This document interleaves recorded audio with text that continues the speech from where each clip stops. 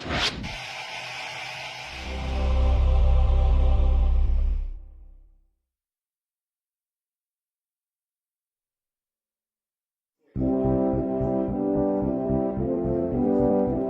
the past few years, Ricky Gervais, Stephen Merchant, and Karl Pilkington have been meeting regularly for a series of pointless conversations. This is one of them. Testing. Is that all right? Hello and welcome to the Ricky Gervais Show with me, Ricky Gervais, Stephen Merchant. Hello. And the little round-headed buffoon that is Karl Pilkington. All right.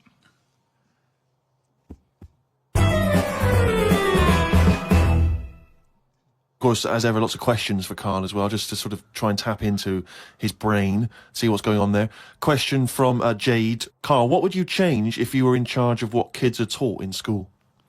Right, you know, because, I mean, your school experience was a bit iffy. You got very bored, didn't you? You got very disillusioned by school. Yeah.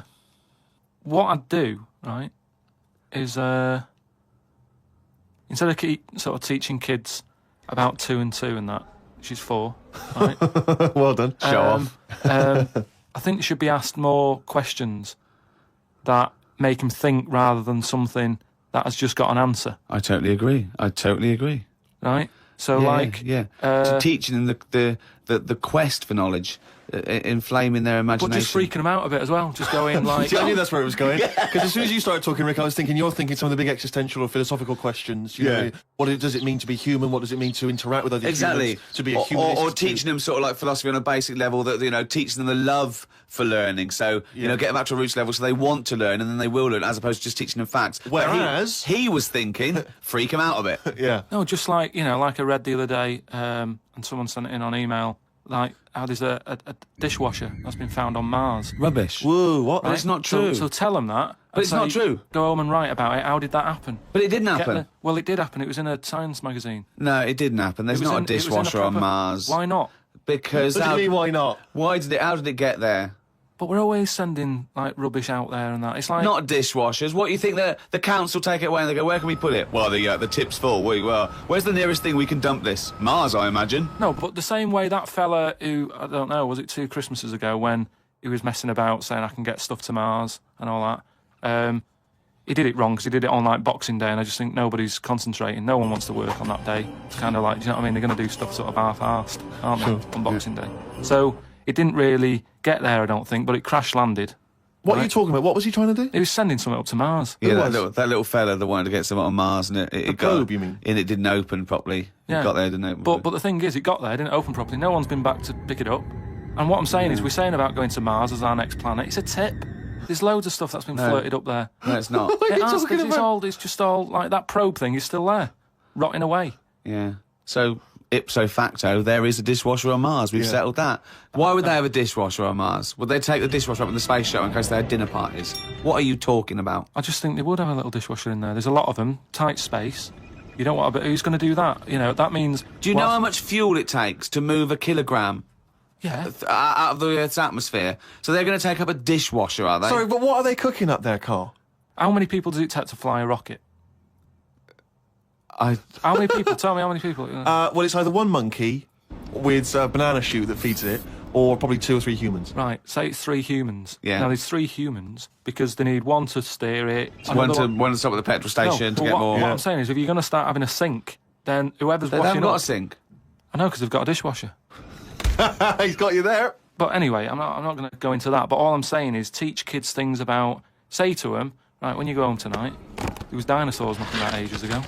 How would you have lived with them? Get on with it. See you later. Well, they didn't. I've told you this before. You got a lot of your information from the Flintstones and 1 million years BC with Raquel Welch. There weren't dinosaurs knocking around where there were little fellas knocking around in furry pants. No, but just sort of saying to them, all right, then, here's a different question. Go on then. Would it be better to have dinosaurs knocking about now whilst we're here? Because I put that in my diary the other day, that when you think about it, there's a population problem. Yeah. There's too many of us. Yeah. We're saving people all the time. No one's allowed to get injured anymore. You've got to, wear a helmet when you're on a bike. There's speed bumps to slow people down. Zebra crossing. Cures for illnesses. No one's dying anymore, right? Well, I think they are. Not as many as they should be, because the world's crowded. All I'm saying is... there's still people dying. I think there's still people dying. Not that many, though. Yeah, I think there's still millions of people dying. Apparently, a handful. Loads of people are living longer, and that's a problem. So what you I'm saying feel that is, you should introduce Tyrannosaurus Rex into, say, wandering London, just have him wandering around, just picking people off. That's what. Just sort of random and that. Because I don't know. I mean, I'm not wishing that anyone I know dies and that. But all I'm saying is, I don't know anyone who's died for ages. Right. Whereas if a dinosaur was knocking about, you'd go, Neil's gone missing. Yeah. And And Nora's had her head bitten off by a... Whatever. I just think then it is survival of the fittest, which is, we've lost all that now. You don't even have to be fit to survive. They just keep sticking a new lung on you. Or... Do you know what I mean? They can do too much now to keep people going. They just keep sticking a new lung on you. Question from Kevin. He says, Carl, other than the famous boxing match that you've often talked about, I know that took up about 20 minutes of your time, have you ever been in any other kind of fight? I don't suppose a slangy match. I think they're talking, have you ever been in a physical fight? Once that I can remember. It was over a woman. Well, a girl. I was at school. Yeah. And it was because, like, it's hassle, innit? Right? Relationships when you're younger. How old were you? About 7. It was over a woman. Go on then. Yeah, go on. And there was this girl knocking about who, she was quite good looking, everybody liked. And my mate, he really liked her. And I didn't sort of ask her out and that, but she just sort of took a shine to me and stuff, right? And didn't really go out with her properly. It's at that age where going out with someone is just like sort of going, all right, in the morning, do you know what I mean? You just sort of nod your head. Yeah. And that. Anyway, there was some sort of school disco. And they were playing Spin the Bottle or something, right? And I sort of wandered over to see what was going on. And I stood on this girl's dress and put a hole in it. And she started crying. I was like, I can't be doing with this, right? What's up with you? It's a hole, what's up with you? And everyone's going, Carl, what are you doing? That's meant to be your girlfriend and that. You should be sort of saying, oh, I'm sorry, and giving her a hug and all that, and saying it'll be all right, we'll sort the dress out. I said, I can't be dealing with this. Right? So she's crying her eyes out, I said, it's over, right? Oh, it's over, you saying, all right, in the morning. Yeah. No more of that. Yeah, there's no more. Right. In the morning. So I go to the toilet, right?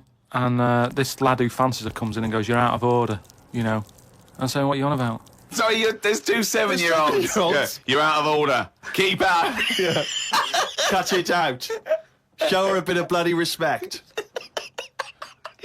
Sorry, were you wearing trilbies? Yeah. He put his cigarette out in the sink and he just said, leave it.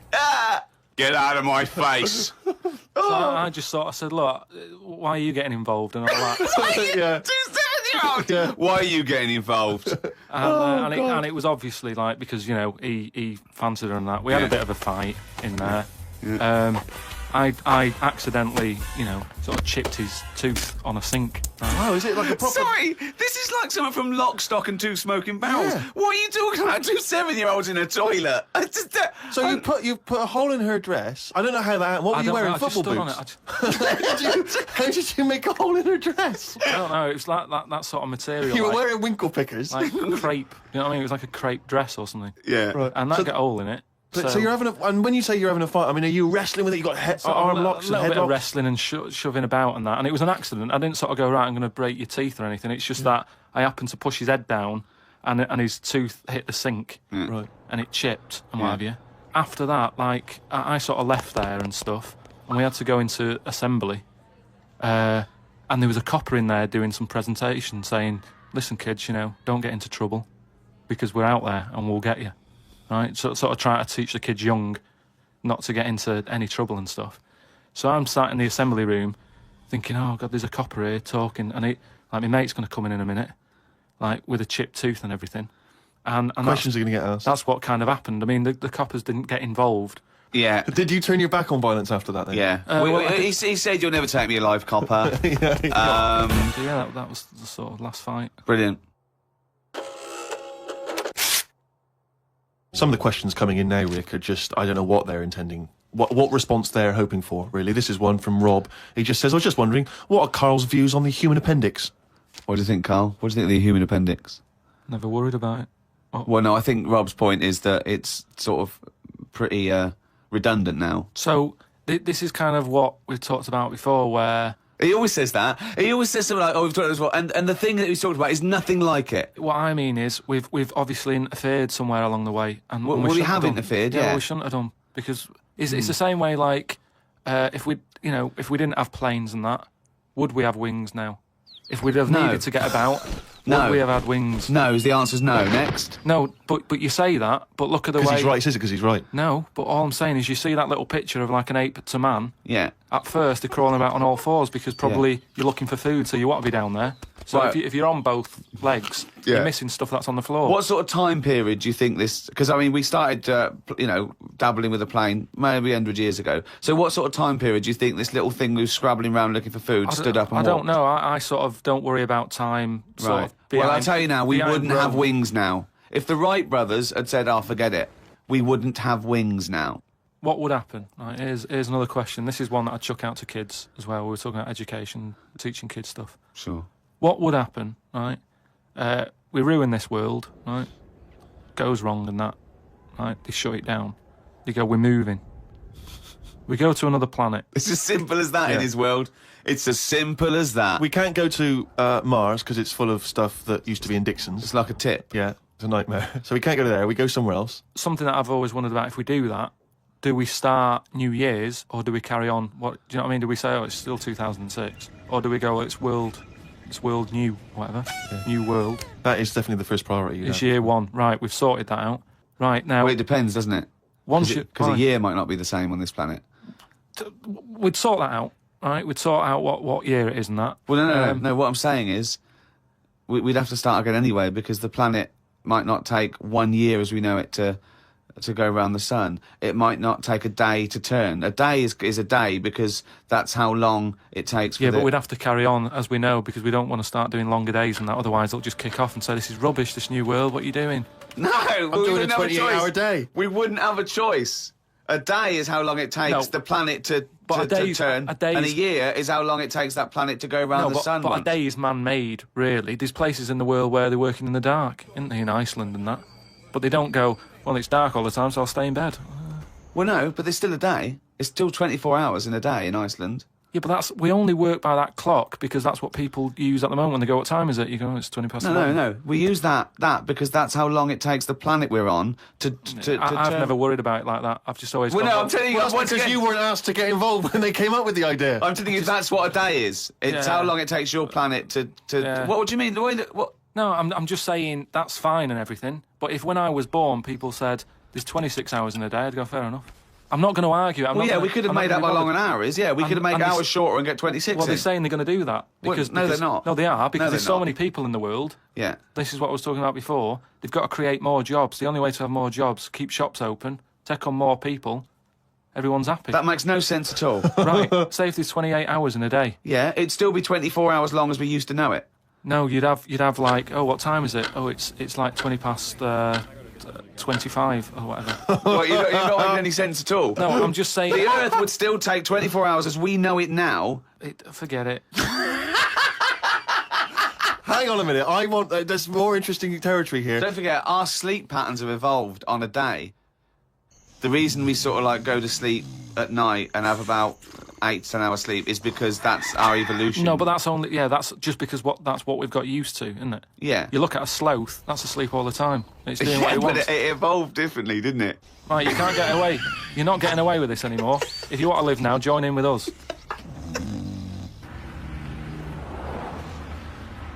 Well, it's that time again. It's the feature that the world is saying could rival Monkey News one day. Ready? Oh, what's he written today?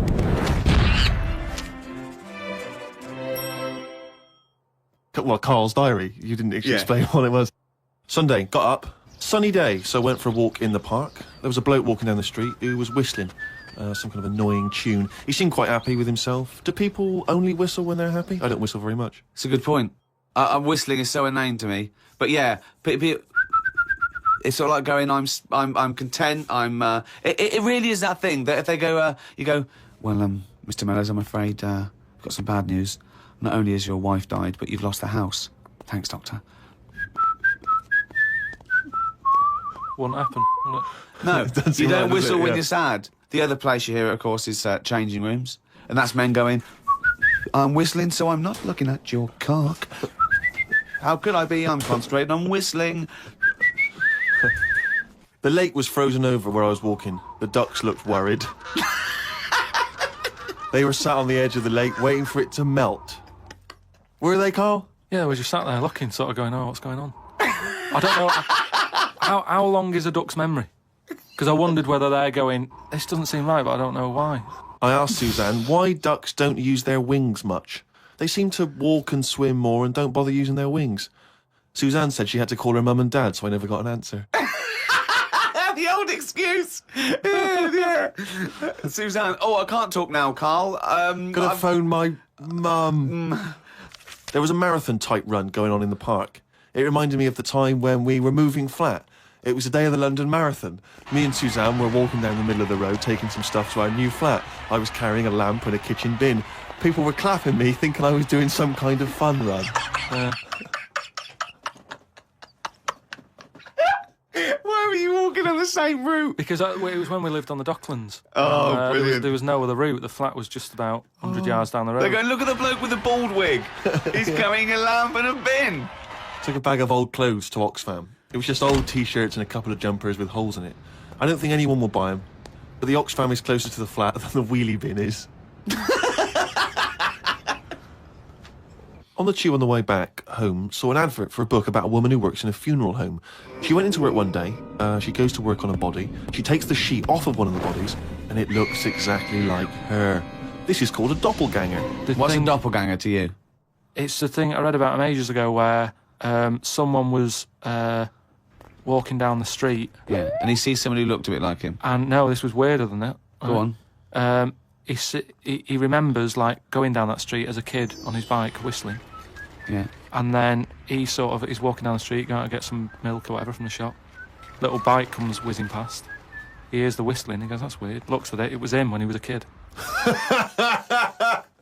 it's like a time... Shit. What do you mean it was him as a kid? This is like a different form of doppelganger. It's just... Well, it's impossible, it's rubbish. Some sort of time thing, isn't it? No, Just it's time, that's impossible, so don't It's worry just some about kind it. of time thing, Rick. No. Yeah, just it's some something kind you of time read thing. again on the internet, or it was a short story, or something someone told you.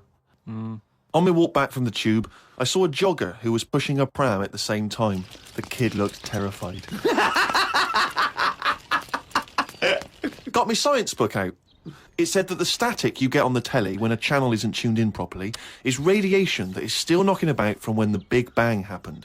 I thought about the Big Bang and wondered if it was really a Big Bang or did it just sound louder as there was no other noise to drown it out. Good point, though, isn't it? Carl's diary, Rick, never ceases to amaze. Oh, well, it's that time now. Yeah? It's the big one. Oh, chimpanzee that monkey news! Right, there was this Monkey? this fella, right, who he had a problem with his eyes, right? Yeah. So he goes to the doctors and he goes, oh, I've got a problem with my eyes. And he goes, yeah, they bad them, right? He goes, it was in America, you know, like how you have to pay for medical stuff and all that. Mm. And the doctor said, oh, if I fix them, it's going to be like 10 grand, right? Mm. He's like, but I haven't got the money, doctor. He goes, well, I can't help you then. You know, there's a lot of people with bad eyes like them. Can't do anything for you. So he goes, oh, it's getting worse. I can't do anything. So anyway, so he goes home. Is that the price of human eyes, is it? So he goes home, he's looking in the paper, right? And he sort of sees in the adverts at the back. And there's a little advert there saying cheap doctors, right? No, bollocks. Oh, no. No. So he's thinking, oh, maybe that's what I need, right? So he calls them up. Woman's there. She's like, wait, what can I do? He goes, I've got bad eyes and that. She says, oh, come in tomorrow, we'll sort them out. She's like, brilliant, I'll see you then. Right? So he goes down there and he says, right, you know, I can hardly see. My eyes have got in really bad state and what have you. Right. I need to have them sorted out. I don't know what you do, whatever you do, Right. I need Now, doing. his eyes are so bad, can he see the doctors? He can... Not really, Can't sort really- of he's squinting squinting. and that, but, you know, so he's like, do I need to see the doctor to, you know, have a word and tell him what problems? She's like, no, don't worry about that. Don't worry about just, it. No, I'd be comfortable if it's a... just you know, just let me inject you and we'll knock you out and we'll get on with it. And it's we'll like, get the well, doctor in. Can I just tell you something about chimps as well, just before you continue? Go on. You know, they don't have opposable thumbs. Now, which is why what- are opposable thumbs useful, Rick? Well, to grip something, to do anything like, you know, even simple stuff like writing, so let alone surgery. So without an But opposable I just check now? So if I was a doctor and I was doing any form of difficult surgery, would I need opposable thumbs? You'd need opposable thumbs To be a doctor, and without okay. you couldn't do anything. You couldn't. Thanks for clearing that up. Because the opposable thumb allowed something in our evolution called the precision grip. Right. So without that, you couldn't do anything. I'm just glad they've got that cleared up, thanks. So anyway, so he's had the injection, he's nodding off and what have you, right? His eyes are sort of closing and that. He hears the door open, he sort of just sees this little fella come in and he's like, hello, doctor. And he's trying to, like, make a chat with it. Sure. But, like, he's just nodding off. No, just... Oh, He never or call she, it doctor. he or she. These people have done 7 years medical Deeply training. respected people. How could you call it it? So anyway, he thought, it's weird he didn't answer, but, you know, doctors can be quite moody, you know, they're highly intelligent, they don't need... Especially little hairy Well, ones. just idle chit-chat. There's no room for that, do you know what I mean? It's like, I'm Yeah, here to do a job. oh, yeah, but you know, if I'm going in to have my eyes done, I want a little bit of idle chimp chat. So anyway, time passes, right? He sort of wakes up and he opens his eyes, right? And it's brilliant. He can't believe it. Eyes are perfect? He's had the op. He can't believe the sight. He's like, nurse, right? And the nurse comes in because I can't believe it. This is brilliant. I've never had this such good sight. Do you know what I mean? Even when I was a baby, Yeah. and my eyes were new, Yeah. I didn't see this good. Great. So she's like, well, you know, that's You realise the nurse is a panda. that's what we do, right? So he said, right, so can I just see the doctor and just say thanks and that? She's like, well, to be honest, you know, he's specialised in what he does. There's a lot of What work. a load of bollocks this is getting. Please. Where did you get this from? No, come on, let's hear the end of the news. There's a lot of like operations he's got to do. Yeah. So you know, leave him to it. He's just having a kip. You know, I'll let him know that you were grateful. You know, pays the check. Off you go. Go and enjoy looking at stuff. Yeah. So he said, no, I just what's wrong with that? I just want to see that. Just No, like, that's no, fine. leave it. Just leave. Yeah, exactly. Leave it. If And he he's says like, yeah, but I can't. You know, I want to thank him. So he's done such a good thing for me. So they're getting into a bit of an argument and what have you. And the voices are raising. Right. Door I'm opens. going to wake the doctor up. Well, that's what they did. They woke it up. Right.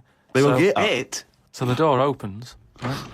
Little monkey comes out, Oh. and he's like, "What's going on here? It's a hospital. Why is there a monkey knocking about?" Yeah. So the woman said, "Well, what do you mean? He's the doctor, right?" So he's like, "You are having a laugh, aren't you?" She goes, "Look, don't complain. Your eyes are sorted. Yeah. You know, the doctor's done it. What's the problem?" He said, "Well, if I'd have known that, I wouldn't have come here." She said, "Well, what do you mean you didn't know that?"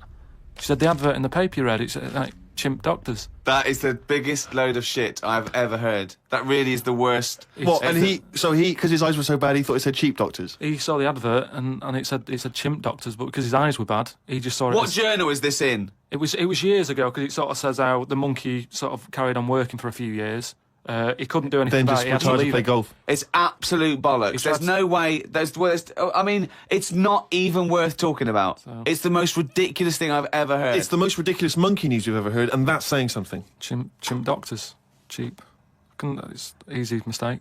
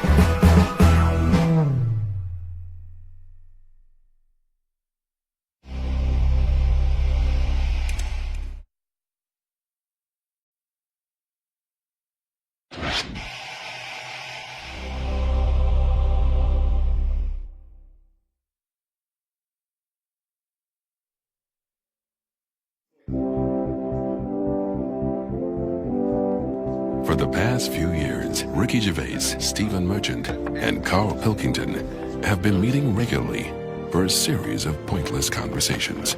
This is one of them. Testing. Is that all right? Hello and welcome to the Ricky Gervais Show with me, Ricky Gervais, Stephen Merchant. Hello. And the little round-headed buffoon that is Karl Pilkington. All right.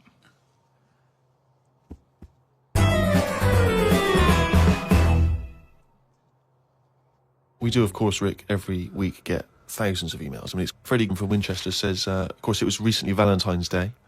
What's the most romantic thing that you've done for Suzanne, Karl, that you can think of? I don't really do all that. Sure. Valentine's Day stuff. It's just the problem is if you do it once, they expect it every year. Yeah.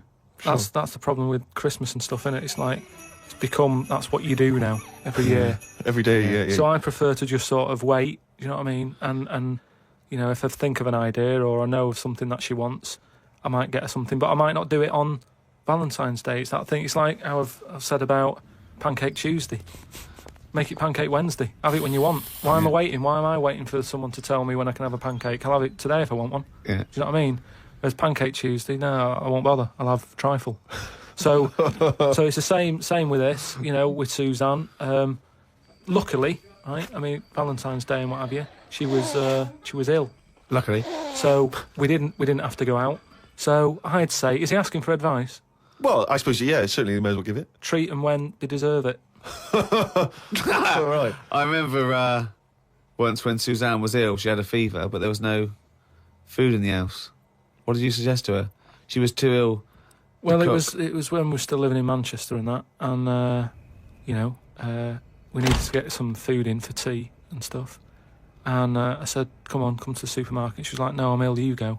And I hate buying food. I just sort of get a bit blank when I'm looking at it. There's too much, isn't there? That's the problem. You go down all these aisles and there's just too much. So anyway, I said, no, come with me. She was like, oh, but I've got this fever, I'm hot and everything. So I said, well, come to the supermarket, you go on the frozen aisle, cool yourself down. And she did, and she said, you know, it made it worse, she was ill for another 3 days. How would you go about chatting up a woman in a bar? What tips could you give? I've never worked like that. It's always been like a friend of a friend and all that, and just happened to meet them. And then, you know, you have a chat, and then... How did you meet Suzanne? That was when I was working with her, and she gave me 20p for the hot chocolate machine. She never asked for it back. Thought she's all right. Been there sort of 11 years, so it works. Has she ever given you that? You've never given that 20p Never back? asked for it back. And did you return the favour, perhaps on the next date? You buy her a Kit Kat or something? No, I don't think I did. I think word got out that she liked me and that. And what did I do? I think I did some work for her, did some editing for her, sort of show off my skills and that. Sure. And she was like, oh, you're good at this, aren't you? I was like, yeah. And I think she got us another drink because I was doing that editing for her in my own time. So you're up on the deal, aren't you? Because I know now, I know for a fact, you've not spent any money on her in 11 years, so you're 40p up. At least. Lawrence from New York says, I was wondering how Mr. K. Pilkington would interpret this famous saying of philosopher Ludwig Wittgenstein. The quote is, if a lion could talk, we could not understand him. Even if he's English. Yeah, if a lion could speak English, so there's no language barrier, he's speaking English words and using all the correct grammar and everything, but you wouldn't be able to understand what he was saying. Why? Because it is from a different world. His frames of reference would be so bizarre that you wouldn't be able to get a grasp on what he was talking about, because you'd have so little in common, even if he used real words. No, but he's talking English. Yeah, no, but his reference points would be just so far removed. You know, they're removed slightly when if you saw two people talking about Kierkegaard, you'd I hear... wouldn't understand it. Exactly.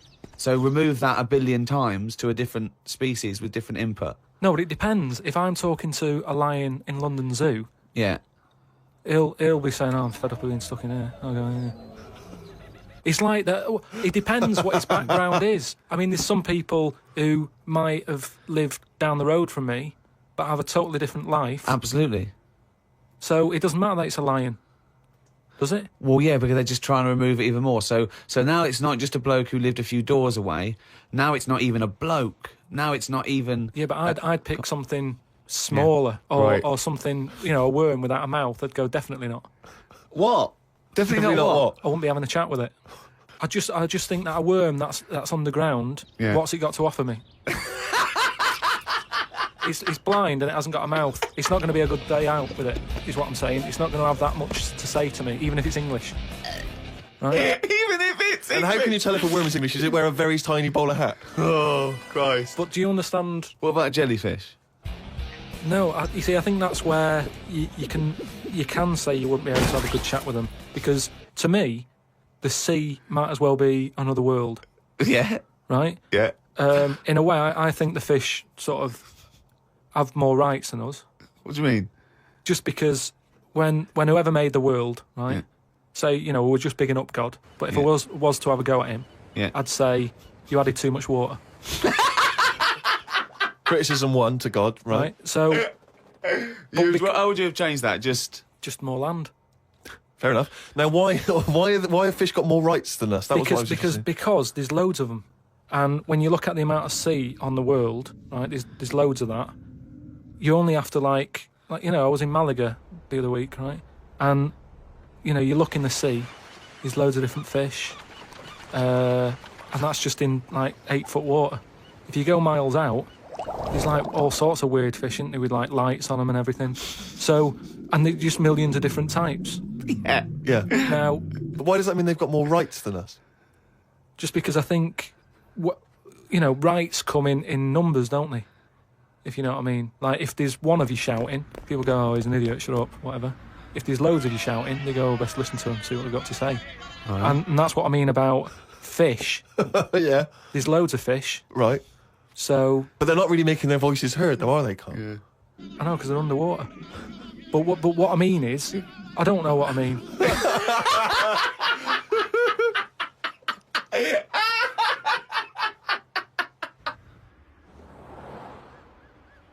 Carl, right?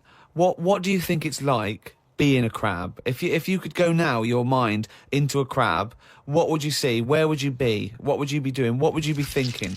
What do you think of all the other things the crabs you'd see, the squids you'd see? What's it like, do you think? I want you to. It's like creative writing. Just think. Just let yourself go. Come on. It's got to be a crab. What do you think of a slug? What do you think to be a slug? What would you do if you were transported now into a slug? What would you do? And Suzanne, you're suddenly in the kitchen, but you're a slug, and Suzanne's sort of like there, just making tea and that. How do you let her know it's you? It's impossible. I'd just chuck myself into the salt pot or something. No, because what do you do? I'd hate that. That would be horrible, that. Oh, God. Have you ever read Franz Kafka's Metamorphosis, Don't in which think a so. man wakes up and he's turned into a giant beetle? And that's the whole story. I think it might be of interest to you. So what happened to him with the beetle? Well, I don't want to ruin it for you in case you read No, it. I but won't be it's, reading it, don't worry. He joined a pop group with 3 other people. He was brilliant. No, it's a really wonderful book. It's a kind of almost heartbreaking because, of course, he does, like Ricky's saying, he finds it very hard then to relate to other people, even though he still has the consciousness of a human. His parents, his rest of his family, they don't know how to deal with him, because he's a giant beetle. He becomes a freak, he becomes an outsider. It's terrible, But hang on, though. Is he a giant beetle? Or Yeah. is it... Well, yeah, that's not going to go down well, is it? That, of course, people aren't going to like you. But if it's a normal-sized one, then you just get in with the other beetles, don't you? Whereas if you're a you'd be giant... sort of How would you do that? How would you ingratiate yourself? Right, so you're suddenly a beetle. You're Karl Pilkington, right? There's other people. They're doing their business. They're scuttling around. And you go in there and they look at you as a new beetle. What's your first... What do you do? How do you ingratiate yourself? Well, for a bit, I wouldn't sort of barge into their house and that. I'd wait until they're out and about, and I'd like in life, right? Sort of help them out. I don't know what beetles do all day. I've never seen one doing anything. They just seem to be going from one place to another. Right. I've never seen them carrying anything. I don't know what they eat. I don't know what they do. I don't know why we've got them, right? But what I mean is, I'd watch them and I'd sort of help them out. And I mean, it's like going on a date or meeting a woman, isn't it? But what if there is... Whoa, hang on, what do you mean? How is it like going on a date with a woman? Well, it's like I said about Suzanne with her hot chocolate. She bought me that, and I've gone, she's all right. Right? She gets me another one. Before I know it, she's living with me. So, So you're these beetles, they're scrubbing around, right? You're sort of like watching them, and then you realise that you want to mate with this female beetle. What do you do? What's your first move? Yeah, but I don't know what beetles do I? So I don't know what you do. I don't know if you go up and go, all right. What do they do? How do they get on? Well, It's a different world. I don't know yet, do I? Because I haven't done it. would you feel bad because having your own mind in this beetle, right? Would you feel bad shagging a beetle? Would you feel that was a bit sick because you've got a human mind? Well, no, because you just close your eyes and that, won't you? Think of something else. So, get round it that way. There's no point getting down about it because I'm stuck now as a beetle. So you've got to get on with it. But if you're a slug, you said you'd throw yourself in the salt pot. What would you do if you were a beetle if you got depressed? And you see all the other humans. No, you see but- your mates, right? They're listening to the iPod. What would you do? But no, that's what I'm saying, though. Beetles are different because they do tend to hang about with each other. A slug's always on its own. It's a lonely insect, isn't it? It's not an insect. All right, what is it? A mollusk. Right, they're lonely. I've never seen a load of snails all together or slugs wandering about. Whereas beetles seem to knock about in crowds. Yeah.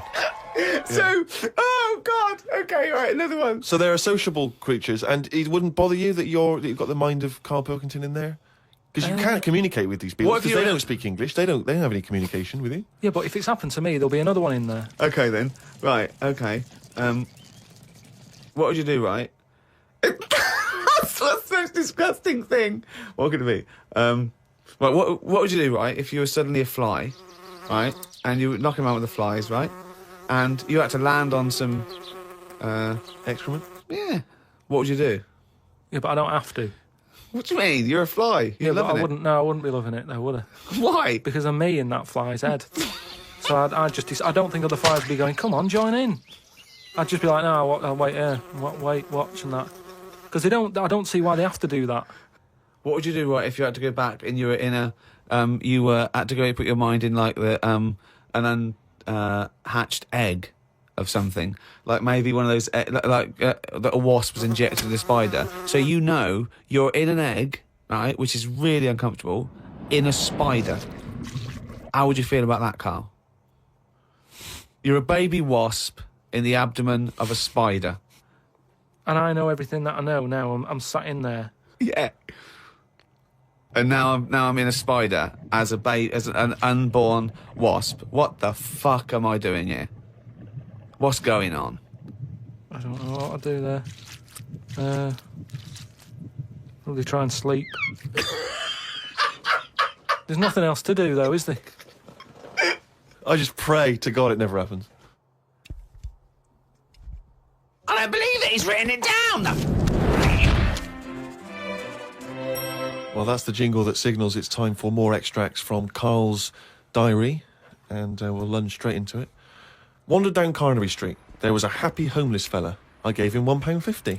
I thought of a tongue twister after giving him the money. It goes, if you can't treat a cheerful tramp, what sort of tramp can you treat? It's good, that. All Say right. it fast. If you can't treat a cheerful tramp, what sort of tramp can you treat? Good, isn't it? Good, that, yeah. You've got too much time on your hands, Karl. Learned some famous quotes to see if they are as good as my sayings. Number 1, treat every day as if it's your last. Very famous saying. Now, is that something you do, Karl? But you know, my problem with that one is that if it was your last, you wouldn't want to be doing much. That's the only problem I've got with that. I wouldn't want to, go to a fairground or whatever because you're going to know it's my last day. What am I going to do? And I think you'd spend so much time worrying about what you're going to do that you'd end up staying in. I think you're right. You've taken some of the poetry out of it. I think it means live life to the fullest, right? I like the fact that you were musing on the idea that if it was your last day, you'd go to the fair. It's getting such a 19th century way of spending your final day. I know, yeah. Well, the thing is, the other thing is that the only thing that people get depressed about in terms of sort of like life and death is not the knowledge that they're gonna die, but more the knowledge that they know they're gonna die when they're dying. If someone told you, no one ever knows when they're gonna die, no one ever gets an illness, no one ever gets hit by a truck, everyone passes away peacefully in their sleep, dreaming they're riding a big marshmallow, right? Then you wouldn't care about anything. It wouldn't matter when. It wouldn't matter if you died tomorrow or in 30 years' time. You'd just live life to the full. You'd have it every day would be great. You'd go out, you'd come back, you'd fall asleep. That would be amazing. There'd be no stress. There'd be no angsty, we're all going to die stress, because it wouldn't matter, because it would just be your life. Wouldn't it be amazing if someone guaranteed you, Karl, you're going to die in your sleep? I'm not going to tell you when. Yeah, but some people do, don't they? Well, exactly. Yeah, but I we never want know that. we're going to, because we stress. What if we get a dreadful illness? What if we, But we're almost not letting people die naturally anymore, are we? Because we're always bodging stuff up. What do you mean? Well, someone who might naturally die in the sleep aren't allowed to naturally die in the sleep because they wake them up with those electric things and get them going again and pop in a new lung or whatever whilst they're at it.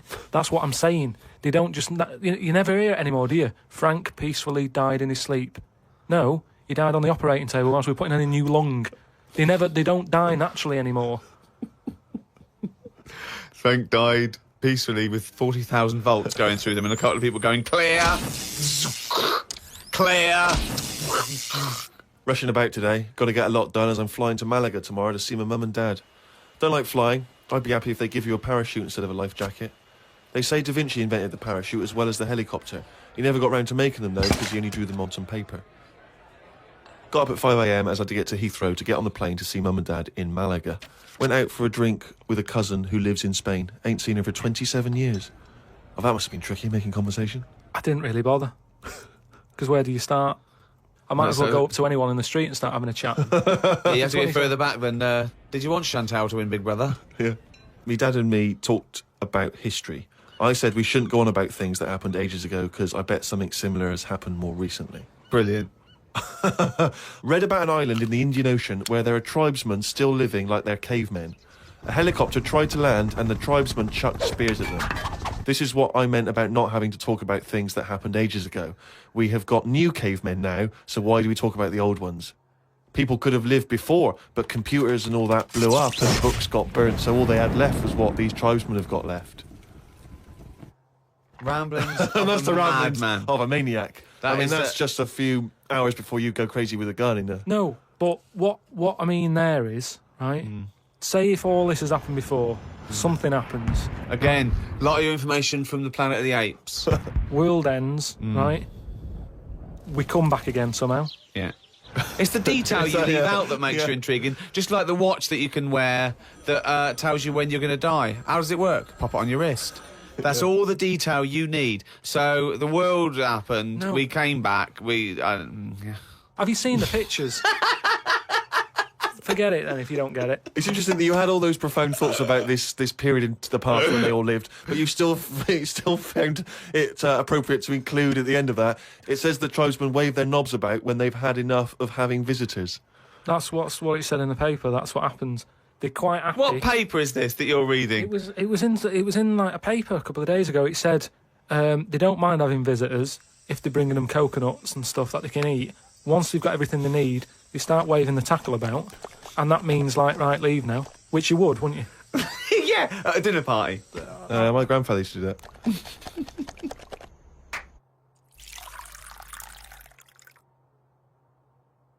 Oh, did fancy that monkey news? That jingle is getting more annoyed by the week. Well, this is the final monkey news, right? I'm not doing this anymore, right? Because we've covered it all. All the monkey news has been covered? It has. We've done loads of them. I think all the news that needs to be sort of known has been told, right?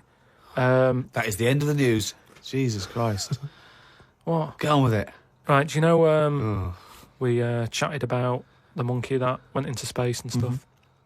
This was the one that was fed by bananas that came out of a little chute on the spacecraft. Yeah, it went up there. He came back. He could never get that The high exactly, again. yeah. You know what I mean? He tried other things. I think he tried to get a band together and that.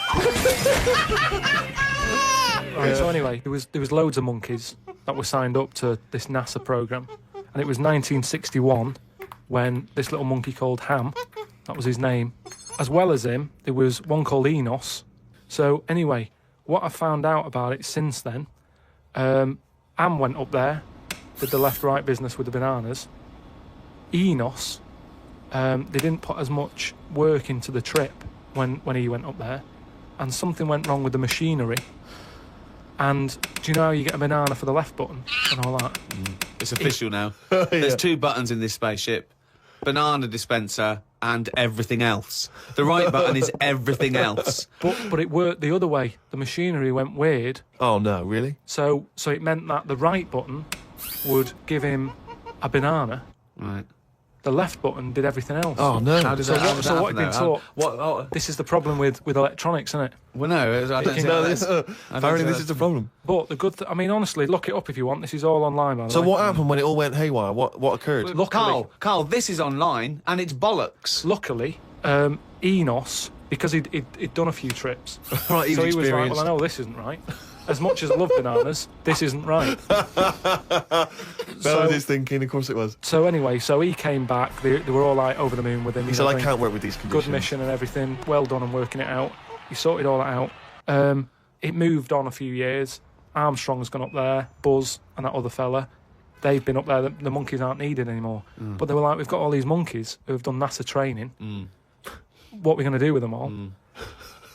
And they had to raise £14 million to make them like an old sort of chimp home for retired Retired NASA-trained monkeys. Chimpanauts. Something they've got in there is like a little museum, right, of all the missions and that they've been on, so they can sort of, even though they're not going to be going into space again, they can almost relive it and reminisce of the times that they've had. And they're reminiscing with each other, are they? just sort of going, oh, remember that time when it all went wrong, the button became the left when it should have been the right and all the rest of it. They just, sort of talking about old times and what have you, like old people like to do. Sure. And yeah, that's it. So if you want... Perhaps we should retire Monkey News to that same place. That's what I mean. So, I hope you've enjoyed the monkey news and that. That was the last one. Look after the monkeys. Do your bit, because they've done their bit. That's it, yeah. But just because I'm not giving the news, look it up. Do you know what I mean? It's all out there. Don't be ignorant. Wise words.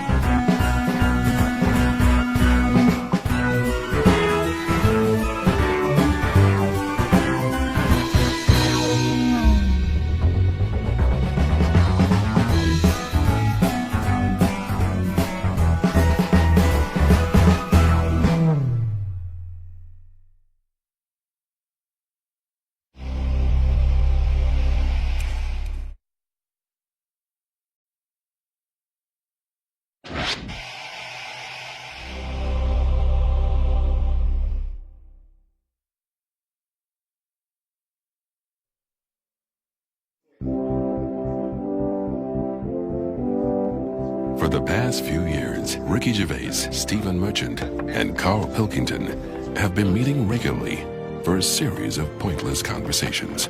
This is one of them. Testing. Is that all right? Hello and welcome to the Ricky Gervais Show with me, Ricky Gervais, Stephen Merchant. Hello. And the little round-headed buffoon that is Karl Pilkington. All right.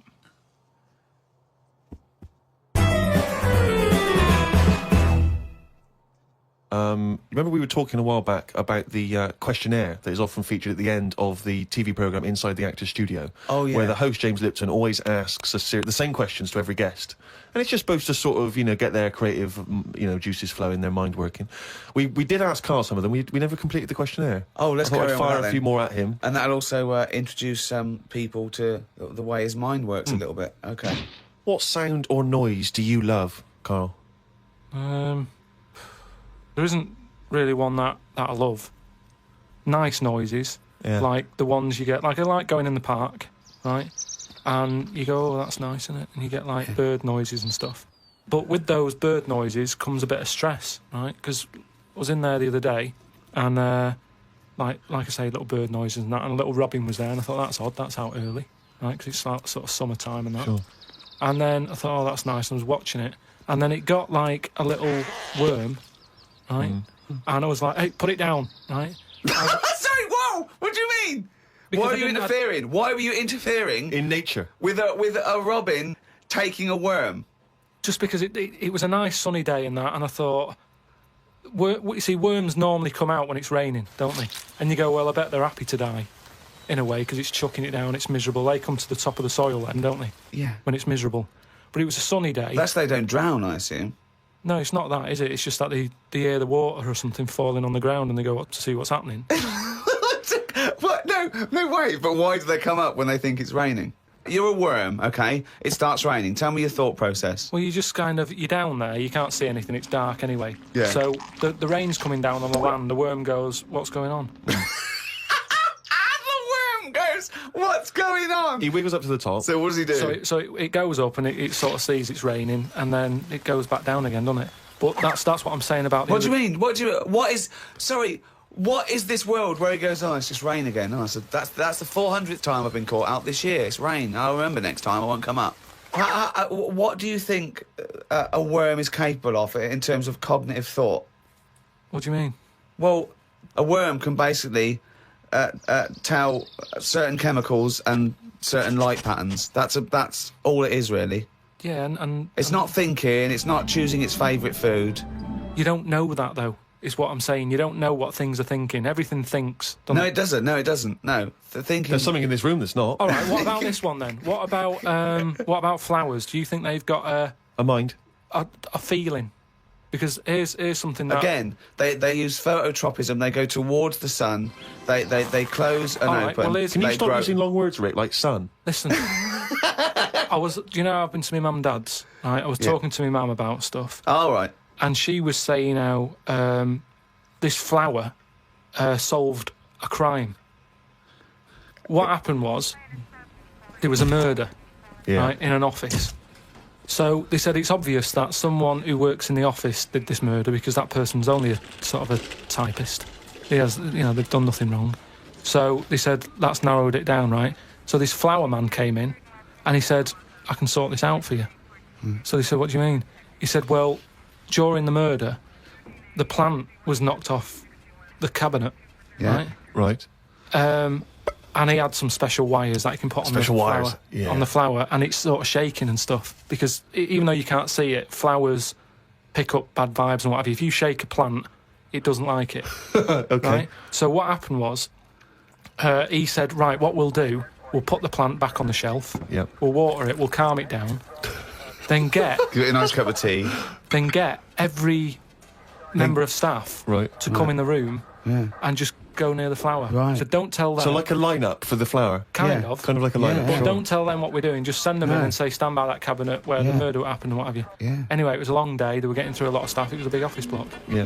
Yeah. They were going, this isn't working. The flower's not budging. Suddenly, they get into like the last part of the day when they were almost giving up. They call in a sketch artist. The plant gives them a. Some caretaker fella Caretaker, yeah. said, go over there.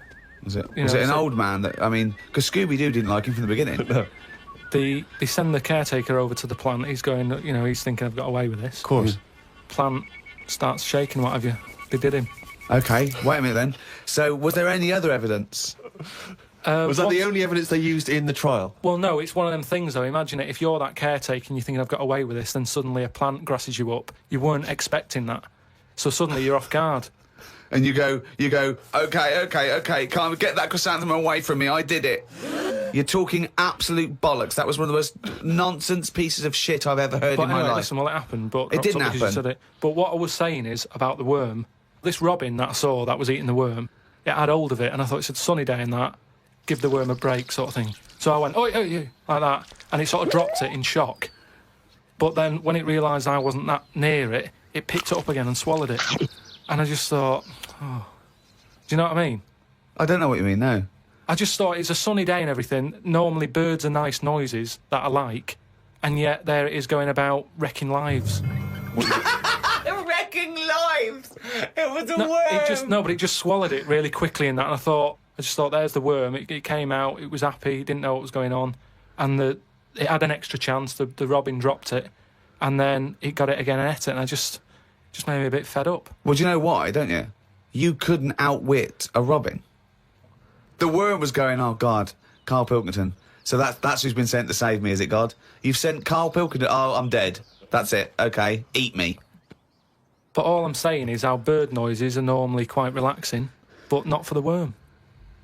Unbelievable. That was one question. What sound or noise do you hate? As me or as a worm? I don't know what you mean. What do you mean? Why would be asking a worm? I've never heard an actor say that to James Lipton. When he says, what noise do you hate? What, as me or a worm? No, but Well- all I'm saying is because of my last question, that's what I was saying. A bird noise is relaxing to me. Right. Well, it's not anymore because I think of all the deaths and stuff that go around that. So now you hate the sound of birds? I'm just saying it's changed my view on it. It's So it's like anything, isn't it? Every noise can mean a disaster. Can it?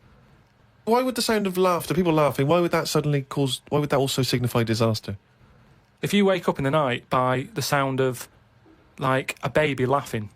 Baby laughing! No, if I had a baby, right, and Suzanne was out, she worked nights or something, Yeah. and I'd nodded off, I'd put the baby to sleep, Yeah. and then it's 3 a.m. and I'm woken up by the sound of a baby laughing, that would terrify me. How is this that? I just think the baby's sitting up in a chair like Chucky, going. Well, no, I think the baby's reading his diary. Thinking, oh Christ, this is my father. I just hope I'm adopted. Oh God, a baby laughing. What profession other than your own would you like to attempt? This is you, not as you as a worm. But have I had the training? Oh, for Oh, No, well, I've said before, haven't I, about maybe having to go at an operation. I don't know why it leaps from where it leaps from no ambition. Where if he could have a job, it would his best job he's ever had is a paper round, and if he could have a job, he'd like go to the cobbler once a week and then walk a dog. To I'd like to have a go at thoracic surgery. No, I'm just saying, I bet it's like we do this, and, you know, some people like listening to it and what have you, and you go, fair enough, but I never feel like I'm doing anything of any worth. no, you're absolutely right there.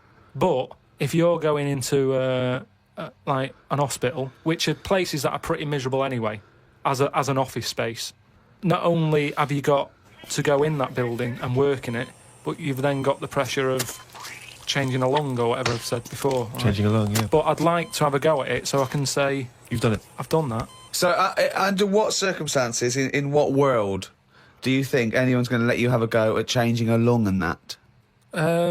Jim will fix it. No, I'm just saying the Comic way. relief. But the way the world is, and the way that there's more and more people, more and more doctors are needed. I mean, it's already happening now that people are doing jobs that they're not really qualified for because they get sort of what's the word? Sort of uppered too early. Upward. Upward! I love the fact it's basic language. It's like it's unbelievable. Upward. Do you know what I mean? Promoted. Yeah, promoted. Yeah. They get promoted. I too prefer early. upward. Upward's great. So Why was I not upward? Unbelievable. So do you know what I mean? I think because more and more people are knocking about, we need more and more doctors. yeah. You get a job in a doctor's, you're going to be promoted sooner now, I think. Yeah. Well, what I'd do is I'd probably upper you, and then what's the word? You go away them. I think it is you go away them. You leave the door. You leave the door. You fire them. That's it. That's the word I'm looking for. So I'd upper you and go away the doctor, if anything. But I've been to, you know how I don't like going to the doctors and stuff. Yeah. Right. Because you're always scared that they might investigate below the bridge. Yeah, but I checked on that before. I signed up to it, and then they said, right, before we can take you on as a patient, you've got to have a health check, right? Which I thought was odd, because it's almost like saying, if you're ill, we can't be having you coming here, right? But I said, right, okay, fair enough. What is this health check? And they said, oh, you know, we just check your body out and make sure you're fit and healthy. And I thought that isn't enough information. You know, I want to know if it's the old finger trick, or and I said, what do you mean though? When you said health check, what do you do? And she said, oh, it's just, I think she knew what I was getting at. And she said, oh, it's just the blood pressure, your weight. That's about it. So I went and had it and stuff. But you had to, before you sort of said, right, I want this doctor, they give you loads of forms to fill out, right? And one of the things they did was, if you die, what do you want to give away? Right? Like a donor. Mm. And what have you, and I thought, I really thought about it for 40 minutes or so. I didn't just rush into it. I was sat there thinking, you know, if I'm dead, does it matter and stuff? But I was really concerned when it said about the eyes. Right. Right. Why? What do you mean? What? Because can they have your eyes after you die? It was. I think it was fourth on the list. Why do you care about giving your eyes away when you're dead? Just because of that thing of, you know, we don't know for sure yet. I know that you poo-poo it, but the afterlife thing. So why, in an afterlife, would you want your eyes more than your liver and your kidneys and your lungs and your heart? Because ghosts don't eat, do they? So you don't need all your liver and your kidneys and stuff, because they're only there to sort your food out. But your eyes, if you're a ghost, I don't want to be a blind ghost. Because you're around forever then, aren't you? Once you're a ghost, that's it. So the idea of being blind when you're alive, you go, well, all right, then maybe in the afterlife I might be treated to a pair of eyes. But the fact of wandering about, dead for years, bumping into stuff... Oh, God! Oh, it's amazing! So- oh, that's an amazing image! So I didn't tick that box. But why? I don't understand. In your theory of the afterlife, why is it that this ghostly Karl, why can he survive without a heart, but he can't survive without eyes? Why? Do you see what I mean? Surely, if you're this ghostly apparition, you can just see everything and you can do everything. You don't need the body. No, because you're a ghost. Yeah, I know, but I think when you're a ghost, say like how they've seen ghosts in... Right, could I just say now for any listeners, this is not the thoughts and beliefs of the management. There is no such thing as ghosts. I do not believe in ghosts. I do not believe in ESP or any mumbo-jumbo. Carry on, Carl. So when there's a ghost, yeah. When they see ghosts in, like, old castles and stuff, Yeah. they've had their head cut off because they've been up to no good, like, years ago. But they're carrying it around normally under their arm. That's what I'm saying. It hasn't reattached itself. So if you take the eyes out... But Karl, how is this ghostly creature able to function? It doesn't have its head on anyway. It's carrying it under its arm. So the suspicion is it doesn't need its head. No, It just happens to be carrying it around because it wants to keep it with it. The ghost is always in the last condition that it was in when it was in... Who makes these rules? The way you are in your last bit of life is how you are as a ghost forever, even in the fashion. Like I say, the ghosts that you see never wear modern clothes, so it's always the Victorian stuff. Now, if they could change it, they would, but they can't because they're stuck with it. So that's Why what I'm did you saying see with the eyes. cavemen ghosts? When did ghosts start? They didn't kick in till about 1830, did they? What if you die when you're having a rectal examination? Are you always bent forward with your trousers around your ankles and someone's finger up your But arse? why would you die when you're having that done? That's why I'm not having it done. If that's you saying. No. But you might have both been suddenly killed in a terrible disaster. Yeah, a meteorite hit you. That's when you get the moaning ghosts, isn't it? They're the ones who aren't happy. So you're going round bent forward. Going, you've got "Oh." a doctor's finger up your arse, Yeah. and what are you doing? You're sort of going, oh, and that's when you have to get the vicar round. What do you mean? They have to put you to rest and what have you, don't they? And what does a vicar do when he's going? So I get the vicar round. It's years later. It's 100 years later. You're around this doctor's surgery, and there's people coming, and the new doctor there, and it's 2073, and they go, Vicar. They go, Vicar, there's a strange ghostly apparition.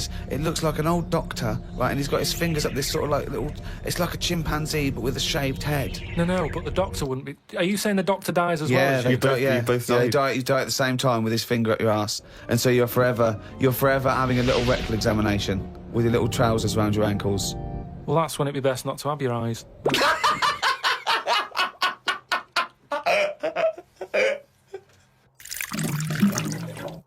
Rick, I know this is something you always get excited about.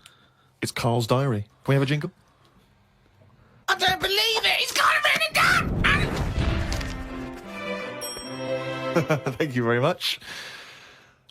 Woke up to the news about an elephant in India that had sore feet, so the locals have made it a big pair of slippers. Tried to look online for a picture, but I couldn't find anything. Sure, they've made it 2 pairs of slippers. Well, I'm only going by the facts in the diary, Rick, and I would have thought that they were absolutely bona fide and fact-checked and completely Yeah. accurate. I'd be very Yeah. surprised if there's any mistakes in here. I'm sure they've done this for an elephant before. I thought elephants have bad memories. No, Well, no, but fair enough. I thought elephants have bad memories. If they have, I'm guessing it's going to keep forgetting where it's left them. I mean, just to get if it's a myth, the myth completely wrong. Yeah. Elephants never forget. That's the saying. Not they always forget, so you can buy them slippers every year. Karl says, I haven't had a pair of slippers for years. He thinks they're dying out. No, I love slippers. I love a pair of slippers, I love mate. a pair of slippers, mate. Just wear socks. Slidey on a no. slidey on a piece of lino. I know. And what about if you maybe opening a brand new box of thumbtacks? You drop them all over the floor. You're trying to pick them up. Rick, I've got to pop across the road to get some milk, but it's right opposite. I'm surely not going to go in my socks, though, am I? But I don't want to put on the shoes. It's mad. No. Pop some slippers on. But perfect, yeah. Yeah. You shouldn't go out in your slippers Why not? Just across the street, mate, to get some milk. because they're inside shoes. You don't go rowing about on tarmac in slippers. That's basic. But you don't have any slippers, so No, you're but- just tiptoeing across the street, you know. I with put your- my shoes on. But you can pop out and get the paper and the bottle of milk, can't you, in the slippers without any harm done. No. Apparently not. That'll make it into the diary. Tried to have a shower, but there was no water. I love it when he calls me and things go wrong with the flat. But I like the fact that he tried to have a shower, but there's no water. How long did it take you before you realised he was there for 20 minutes? After 20 minutes, he said, Suzanne, should I be dry? Yeah, I'm freezing cold. Yeah, no, you should be sort of wet and warm. Right, there's no water then. Brilliant. I called the service charge people, but no one was about. Looked outside, but couldn't see any work going on. Great, innit? In India, they can sort out elephants with shoes. In London, we have no water. Hung about for a bit, but still no sign of any water. Brushed my teeth just using the paste and used the little bit that was in the kettle to have a wash. I was pretty chuffed that I thought of using that. Suzanne was a bit annoyed because she wanted a cup of tea. She said, go across the road and buy a big bottle of water. Not in your socks. Pop some slippers on. Go across the road and buy a big bottle of water, she said. I never thought of that. You had a wash using the water That's in the bottom of the kettle. Yeah, well, that's clean, isn't it? But how much? There's only a little drop in there. No, it's a big kettle. So what, did you just wash your face? Yeah. So you didn't wash your body or anything? Your genitals Well, were you couldn't, could filthy. you? You've got to look at what you can do with the water available. People in Africa and that short of water aren't wasting it, saying, oh, the feet are a bit dirty. They drink it. What do you mean? Had a look online to see what's been going on. Scientists say that Everest, brackets, the mountain, just in case you've confused that with any other Everests. Maybe the double glazing people. Yeah. You say that scientists say that Everest has grown a bit. The way they were talking about it, you'd have thought it's grown loads. It's only inches. No, isn't that... They found out that it's actually a couple of inches taller than they first thought because their methods of measuring are more accurate than they were 20 years ago. So it's bigger than they thought it was. It hasn't grown. No, I just think what's happened is at the bottom, because of like people are always climbing up it, aren't they? Right? Yeah. So they're sort of wearing away the soil at the Talk bottom. rubbish. So So their It's weight also, has pushed it down. it's also measured against sea level. It's not measured about when you get... Otherwise, they'd just dig a big hole, wouldn't they, and go, right, it's down to here. If the No, but peak does it- is measured at the end against of the day, sea though, level. does it matter at the end of the day? No, but it's just nice to know, isn't it? Yeah, but that's what I'm saying is we don't need to know that. It's not going to put anyone off. Like Brian Blessed, who's always climbing up there for fun. He's not going to go, oh, I could handle it last year, but 2 more inches. Forget that. Going to be shattered. So don't worry about it. It doesn't matter how big it is. Something else, though, that's happened since, right? They were climbing up there, and someone got near the top, and they were sort of climbing up like that, holding the cliff edge and that. And they'd forgotten the flag. Had to go back. No, their hand hit the bit of rock, and it went like, ding. Like, what's that? Ding, ding. Put another hand up, ding, ding. Piano under there.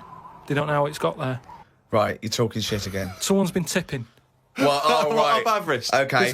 The council won't even take away your washing machine unless you pay them. They're not going to sneak up Everest. No, this is the problem, innit? Because the council won't take anything. People are going, what can we do with this? Oh, yeah. Well, I'll tell you what. Yeah.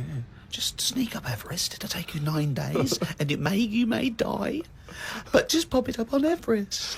Well, I know for a fact that you've confused a few things there, because I think the piano being found was actually somewhere in Scotland, some kind of moor in Scotland, and they found a piano up there, and everyone said, I don't understand, how's the piano doing up here? And it turned out that some guy, one of these people who like tries to break world records, had Hoax, is it? dragged a piano up there as some kind of feat of endurance, Yeah. but thought, I'll be damned if I'm going to take it back again, and just left it up there. It wasn't, bloody tipping or aliens or anything. Some scientists have come up with a cure for bird flu. It's something to do with some stuff in horses. They gave the flu to a mouse and then injected it and it's well again.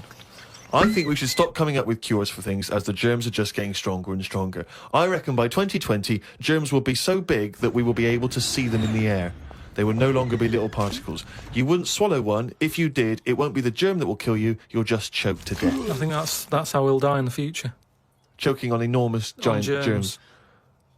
And then They're they'll be like rampaging around the cities, will they? I'll tell you what, though, right? I'm getting worried now because the stuff he believes and thinks of, it could be mental. Do you know what I mean, though? Like a proper paranoid one of those people that assume going to live in a loft covered in tin foil, Yeah. right? And pages of the Bible all the way around the.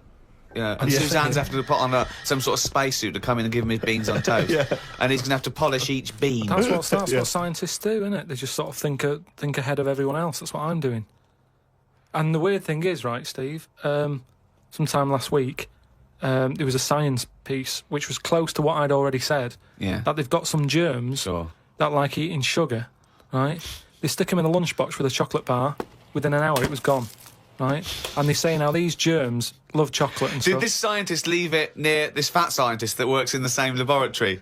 And he went, it's unbelievable. He said, Ted, he went, what? Right, I put the chocolate bar in here with the germ. I came, it's gone. That's amazing. Well, that's brilliant, that. Do it again. What? Do it again. Leave another one, see if it happens again. So in the future, you're running around and germs are... Eating chocolate. That's not science, that's Pac-Man.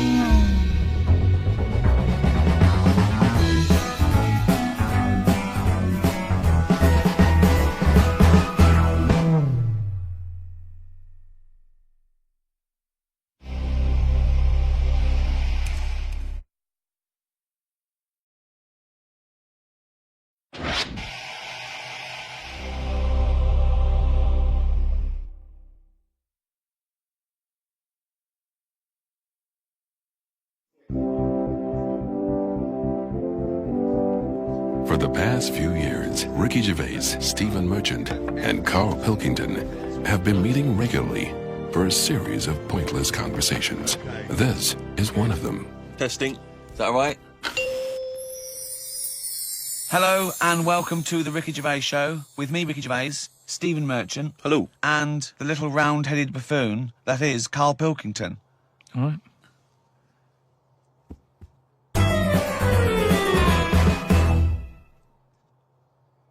Questions for Karl, just to sort of try and tap into his brain, see what's going on there. Yeah. The questionnaire that is often featured at the end of the TV programme Inside the Actor's Studio. If heaven exists, what would you like to hear God say when you arrive at the pearly gates? Is that how it works?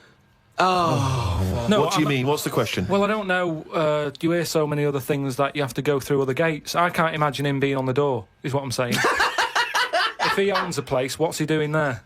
He could put anyone on it. It's St. Peter, isn't it, who's normally minding the gates, famously. Right, so it's him asking me. Okay, well, let's say it's St. Peter. No. You go through the gate. Peter goes, oh, you're expected. He's got an appointment. We're going through to God. Go through a few doors. Go up top floor. Right, past the executive washroom into his big office.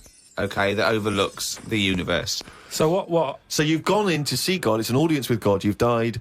You've gone to heaven. And what would you like God to say to you at that point? Probably just say, you've done well and that in your life. You never did anybody any harm. So, welcome to heaven. Any problems, give us a shout. Here's a little layout of like a little map. It's kind of like... I love this. This is a great answer. And my favourite one is you never did anyone any harm. That's great. That's a brilliant thing for God to say. Yeah. So hang on, he's giving you a little map. So he's got a little map of the area. It's And big. he'll sort of say, this is where you go for this is where you go for that. I'd probably ask him about the ghost situation. I'd say, am I now a ghost then? Or is this just like another planet that I've come onto? Right. I don't know if he'd answer that.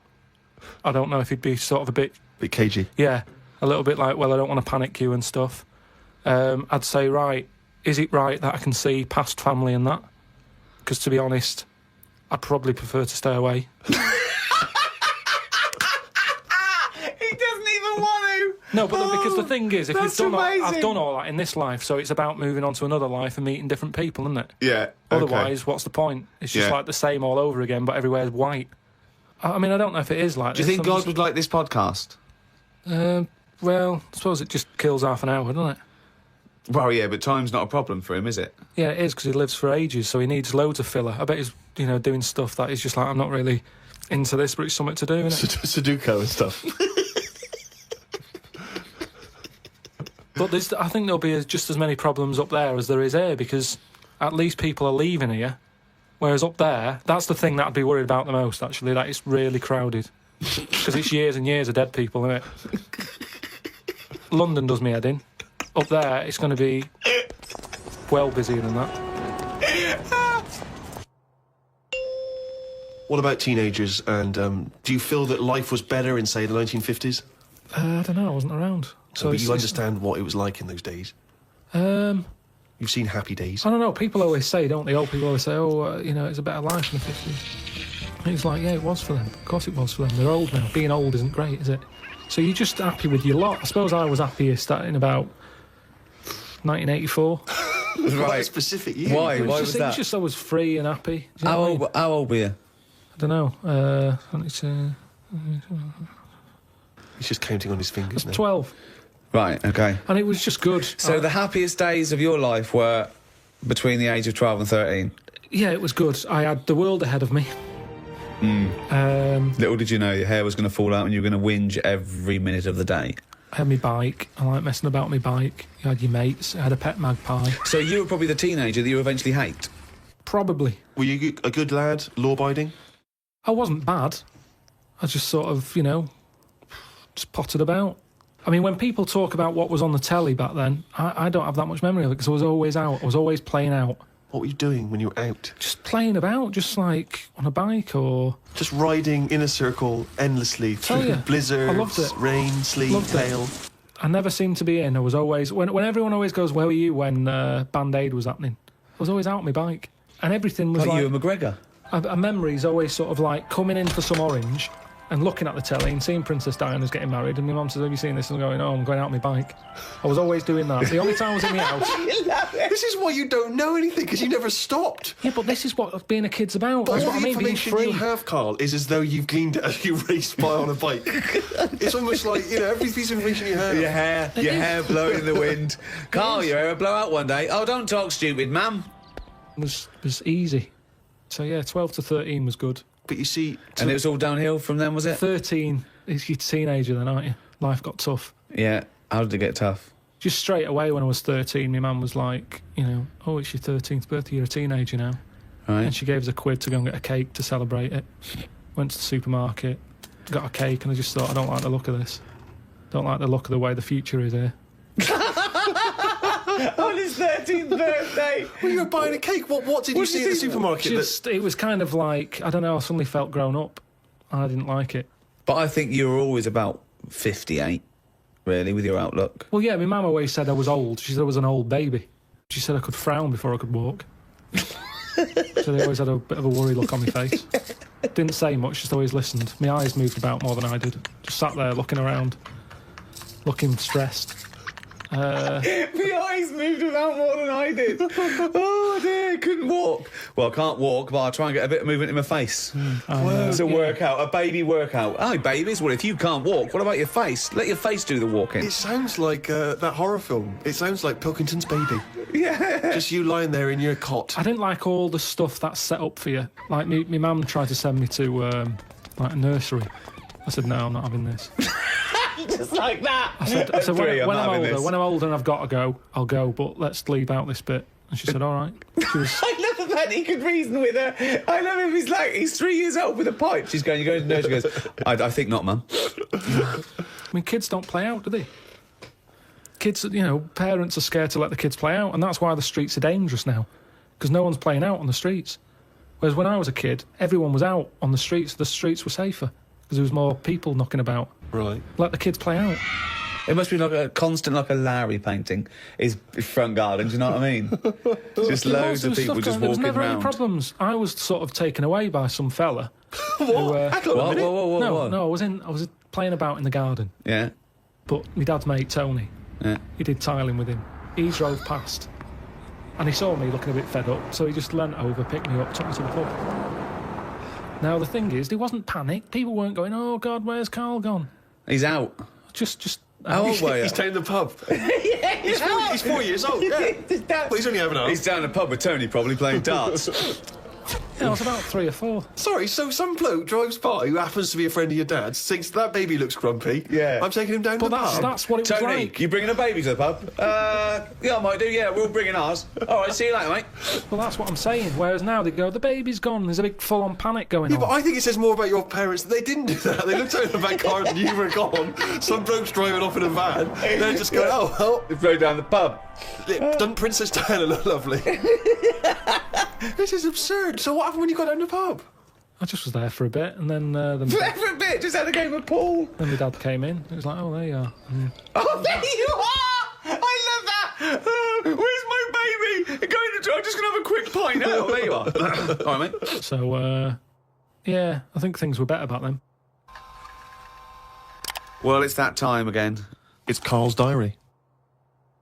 Oh, what's he written today? Told Suzanne that I had read that we will have spoken to aliens by the year 2025. Ricky once told me that if a lion could speak English, it still couldn't have a good chat with us because its life is different to ours. If that's true, we've got no chance with an alien. I'd be worried that an alien could read my mind. I had that problem once years ago, when I worked in a studio making cassettes. Some mind-reading woman was having some cassettes made. She waited while I did them. She had a small dog. I knew she was trying to read my mind, so I just thought about the dog. I thought that would confuse her, because she wouldn't understand why I was thinking about her dog. That's amazing. So, firstly, how did you know she was a mind-reading woman? Everybody who came in having cassettes done, you'd find out about what the job is. So, you know, if it's a band or whatever, it might be a police station needing blank cassettes to interview people. Yeah. And she had them to sort of use during a thing where they do mind reading and stuff. So Right. you get a recording of of the... it. yeah. And she was just there and she was staring at me like that, just looking over. And a dog was sort of looking worried, and they pick up vibes, don't they? No. They do. And why was... Were they looking... I'm not being funny. Were they looking at the roundness of your head, do you They think? were just looking at me, and I was sort of panicking a bit. And the more that I was thinking she's reading my mind, I was thinking she knows that I know that she's reading my mind. So I just stopped thinking about her reading my mind, thought about the dog What were you thinking about the dog? running about on the beach. He remembers what he was thinking. No, just so she thought, oh, hang on a minute, it's not his mind, it's the dog's mind I'm picking up. Oh, so you thought she'd go, oh, no, I'm getting it all tangled up. I've got a cross line here. I met up with my mate Laurie. He said he was in a pub at the weekend and saw a bloke whose hands were on the wrong arms. No! What do you mean? Well, he had his left hand on his right arm and the right hand on the left arm. I don't think this would be a problem if he's been like that from an early age. When I was in Ripley's in LA, I saw a bloke whose head was on back to front. That's more annoying, isn't it, than your hands? Isn't it? Now then, would you walk... How would you walk? Would you be walking backwards, Karl, so that you could walk... So you're basically walking forwards? I reckon I'd walk sideways so nobody would sort of tell the difference. It just looked like... Oh, God! He solved it again! He's thought it through. Got home and read in a magazine. There was a story about a baby that was born that looked like a frog. What magazine's this? that made the news, that was in a proper newspaper in the end. It didn't really have a neck or top half of its head. It would look all right if it always wore a scarf and a hat. The world would be a more interesting place if there were loads of different types of humans like there are creatures. Then some people would be good at certain jobs. Spider people, ant people, builders, cockroach people, dustbin men. Good idea, isn't it? I mean, Cockroach men, spider men, what are you talking about? Look at some insects, right? Yeah. They don't have machinery, yet they're getting by, aren't they? They have their lives like we do. They get up, they wander about, they collect food, they tidy up, they fix stuff, they make their own house. We can't do any of that. So what I'm saying is, why aren't we using them? Why are these cockroaches with all these powers and stuff Powers? going about? It's all these But powers. how could we use them? How could we harness I just them? told you, dustbin men. or whatever that. No, what you mean? said that if they were also men, if they were cockroach men, we Where's could the? use Where's them. the? You've left a big bit out, but when that 1-inch cockroach becomes a 6-foot bloke wearing a jacket, It's just that we always use insects for like a bit of fun. You see flea circuses and all that, which is all very well, but I don't think it's getting the most out of them. Woke up at 9:55 a.m. Soon as I woke up, I looked at Suzanne and she looked at me. I said, "Did I tell you about the immune system?"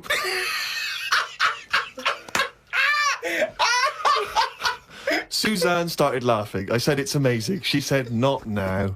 Oh God! I was thinking Springing into action, he zips up, his eyes are like... Did I tell you about the immune system? Oh, shut up, Carl. Put the kettle on. Oh God! Oh fucking hell! Carl, let's give him a list. Top 5 something. What are you interested in? Are you interested in news, sport, TV, cars, movies, style? I mean, I'm into weird stuff, but it seems a bit tight to stick them in a list. What, like what? Well, like, sort of freaky people and that. I've got that freak book. But I don't know if they'd be happy if I called one of them and said, "Good news, you're at number 1 because you've got 4 legs or whatever." I don't know. Do you know what I mean? Okay, then this is the Karl Pilkington top 5 freaks in at number 5. Probably something not too good at number 5, but it's still interesting. Lighthouse Man. Who's that? Lighthouse Man? What's Lighthouse Man? It's a fella with a hole in his head. And he, what he does, rather than moan about it, sticks a candle in it. Shut up. What are you talking about? Sticks a candle What are in you it. talking about? Where is the hole? he didn't call himself Lighthouse Man, did he? Well, I don't know. It's just what he got nicknamed because he had this hole. Doctors were like, "There's nothing we can do. Can't fill it." He thought, "What can I do with it?" And it was of the days when there was no electric and that. You had to walk about with a candle. Right. So hang on a minute. I can have both Got a hands little for candle you. holder here. Stuck a candle in it. And he just got nicknamed the Lighthouse Man.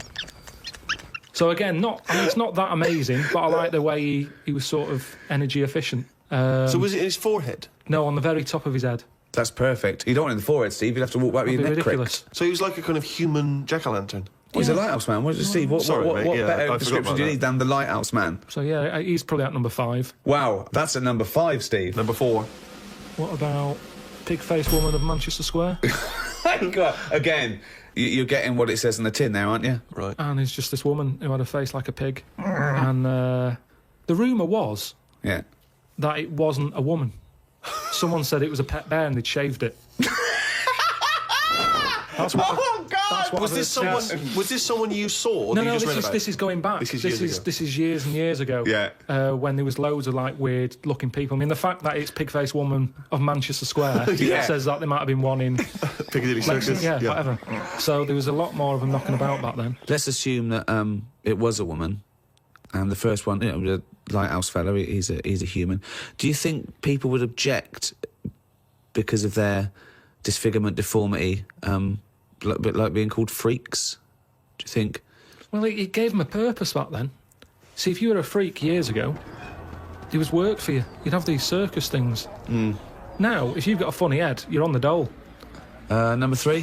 What about Elephant Man? Right. Stick him at number 3. He's Number 3. He's surely the most famous freak ever to have lived, isn't he? he's the one who got me into it. Right. Yeah. Sure. He's a sort of entry-level freak, Yeah. a gateway freak. Everyone is aware of him. If the Elephant Man still existed, right, and you got the opportunity to meet him, and you walked in, a couple of questions. 1, what would your first reaction be? And 2, what would you say to him? What would your first question be? How would I react? Well, I've sort of seen him enough now that it wouldn't shock me. So I don't even think I'd flinch. Okay. I mean, like I said, when I first saw you, that was a bit weird. But now, look, I can look at you. I don't double take or anything. What would I say to him, though? I'd probably say, where do you get that hat to fit you? He always had that on. Where do you get that from? That sort of flat cap that he's got. Yeah, that one, didn't he? So, yeah, I'd have him. So he's at number 3. Right. Elephant Man number 3. I can't wait for 2 and 1. Right. Okay. Number Well, I know 2. what my number 1 is. It's just number 2 now. I don't know his name, but there's a fella knocking about. Well, I don't think he's around anymore. But he had like a normal body. Looking at him, you'd go, "What's up with him? He's not a freak." takes his undies off. Got 2 knobs. Right. Wow. Okay. I mean, there's nowhere to start. Do you don't think he uses them alternately, like have a wee out of this one, have a wee out of that one, or does he just like spread the load so he's weeing out of both? I don't think he knows. What do you I mean think it's he doesn't sort of know? like a lucky dip. When he goes to a urinal, Yeah. he can have a little bet with himself. He's just like, I don't know what's going to happen here. So do you reckon he holds them Holds both them out? definitely. So he takes his trousers down because I mean, you know, Yeah, you can't use a Y front. right? It'd be, Need more like a W front. Yeah. So he pops his cakes down there. I don't think it's that much of a problem. It's not like... Wow. I don't know. I'd prefer that than Elephant Man's head. Well, of course you would. Well, that's what I'm saying. What if you had Elephant Man's knob? Yeah, but it didn't work like that, did it? That's the thing. They said he had the body of an elephant, but that's the only thing that wasn't of an elephant standard. His knob was normal. Whereas with this fella, it's the other way round. Everything normal, took the pants off. Oh, well, what's going on here? But why would you ever take his pants off? No, I wouldn't. I'm just saying if... But why? I don't know why you'd be in a situation with this man with 2 knobs standing there with his pants on, and you go pop your pants off. You're not a doctor. No, I say if I'm waiting in a cubicle, and he's there. For what? Sorry, you're I'm waiting in the waiting to cubicle. have- I'm when he waiting to comes have a- I'm waiting to have a wee at a cubicle.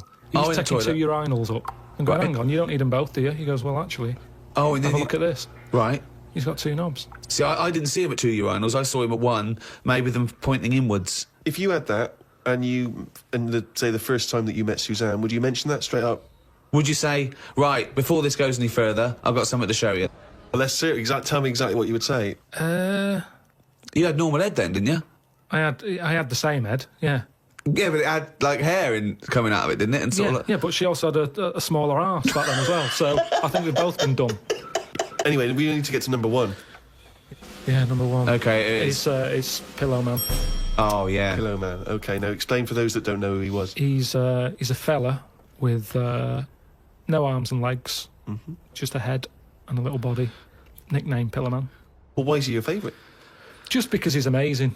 Just the way he just got on with his life. He used to light a cig, just using his lips and his tongue and that. Oh, I've And seen not this. fully lit. He'd buy like Roll Your Own. Yeah, it's in the film Freaks, isn't it? Yeah. And he He had a rolls shave it. as well. Yeah, that's right. Yeah. How did he Do you have a think shave? he used to do it? He used to get it in his mouth, and I don't know. Jesus. It's amazing. Did he have a knob? I think he did because he had some kids. What? Yeah, he had kids. He was an all right looking fella. He wasn't odd looking. It's just that Sorry? he looked like Samuel L. Jackson.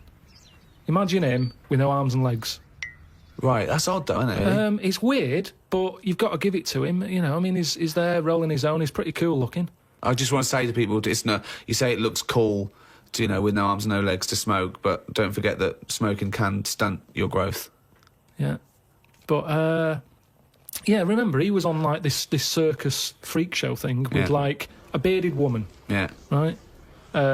Which isn't really a freak, is it? She's going to have a shave. Have a shave, you're not a freak anymore. Yeah. A bearded woman, compared to a fella who's got no arms and legs, a bearded woman, you get out. But there was like a fella with no bottom half to his body, called Johnny Eck, was his name. So, you know, when you're knocking about with that crowd, you're going to get a bit. You're going to get a bit. So, yeah, he had kids, and they were all normal kids. They had all the limbs. Did his everything. wife had arms and legs? Never saw his wife. Never saw his wife. I think He was probably ashamed of her. She was a bit of a freak. for someone like him, you'd think he'd just give up, wouldn't you? You think, forget it. What sort of life is it? Yeah. I'm like a Mexican jumping bean. It's not worth living. But he just got on with it. I mean, to have a shave, I don't even bother having a shave some days. No. Nor did the bearded lady. Lazy fucking bitch. So that's why I've put him at my number 1 position. It's just amazing, isn't it? The human, you know, how you know, whatever you dealt, some people just get on with it. Yeah. So yeah, the Pillow Man, or Draft Excluder, as I prefer to call him. There you go. Oh. Now, me and Steve are a couple of big shots. We do this for a laugh, but this is Karl Pilkington's only source of income. This is what you do now, isn't it? This is my full-time job, yeah. What do you think of that? Is It this impresses me. Why? This isn't what I ever wanted. Because I haven't got a purpose, have I? I'm sat here talking about the Pillow Man. If it weren't for him, I'd have nothing to say. It just depresses me that I just wish I had a job where I felt like I was needed. And I don't feel needed. It's not a proper job. We need you. We need you for money for old root. I know, but this isn't. I wanted something that, you know, when you die and that, it's, you know, you get up to the gates, whatever, and they say, "What have you done?" And then I'm looking worried, thinking, "Is the Pillar Man about?"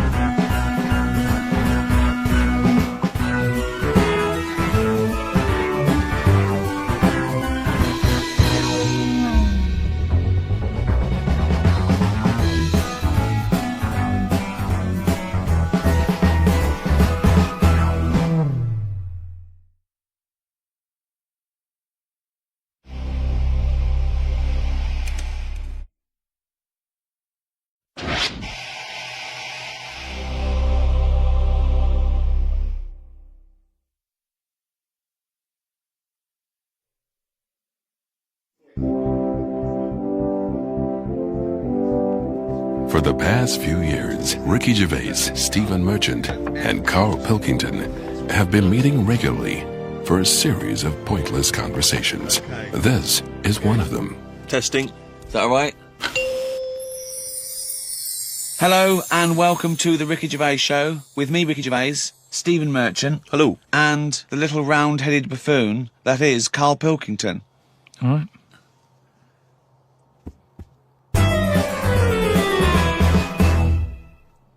Now, everyone knows over the past sort of like few years, my big pet project, it hasn't been my own career, it's been get Karl famous. Yeah. I want people to recognise him in the street, come up to him and say, "You bald-headed mank twat." Well, let me tell you now, Rick, I've on. been out and about, and a lot of people have come up to me and said, has Karl Pilkington got a head like a fucking orange? Well, and I've I've been- had to instantly confirm the answer to be yes. But he's had a call. He had a call recently from a film company asking him if he's got any ideas for movies. Now, how desperate, in what dire straits must the British film industry be that they're going, "We need Karl Pilkington. We have hit rock bottom." And he went along for an interview. So what? And you went in and you... I went along and had a meeting, and they just said, "Right, you know, got any ideas?" And sort of said, "You know, what are you thinking? What sort of thing are you after? Are you after action, thriller, whatever?" Because you can provide any of that. I love that he's playing it cool, like you've come to the right person. My yeah. time's precious, what do you need? Yeah. Yeah, I'm Karl Pilkington, the movie doctor, what do you need, Papa? So thought of this idea sort of on the spot. Good. That I whiz by planning. 'em. No, but sometimes that's how good ideas come up, don't Yeah. they? Just So random. a lot of yours have come up, yeah. No, but if you just Randomly. talk, I find that your mouth comes out with stuff. Right, there's another Right, quote. right. There is another quote. If you talk, your mouth comes out with... That to me stands along with what were those things in Gremlins called? No, but what I mean, if you sit there and try and use your brain to do it, Right. it doesn't work the same. Just keep talking. Just keep your mouth talking, and eventually it will come out with something pretty good. That is exactly what Plato said. So So anyway, Aristotle, he said, "Sit down. I've got an idea for you."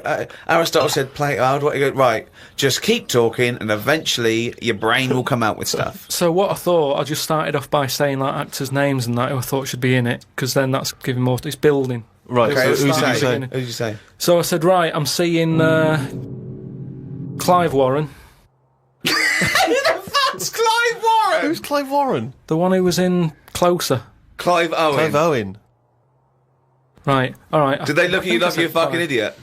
So they all started trying to figure out, who's this Clive Warren we've not heard about? He must be amazing. He's on Clive Warren. Get me Clive Warren on the phone. Who's got Get Clive me Warren? Clive Warren. And I said Rebecca De Mornay, right? Oh, where did that come She from? hasn't been in a film for 15 years, has she? Clive Warren and Rebecca De Mornay. They thought he was a genius. They've never thought of putting Clive Warren with Rebecca De Mornay. But hang on a minute, you could have any film star. This is your fantasy casting, and you choose a bloke that doesn't exist and a woman who hasn't been on TV or in a film for 10 years. Oh, God. Why didn't you choose, you know, Someone who existed. J-Lo or someone who's a big Oh, star? God. Clive Warren. Oh, God. Oh, So God. anyway, starts off, and the people, you're seeing into their lives from Yeah. like the morning.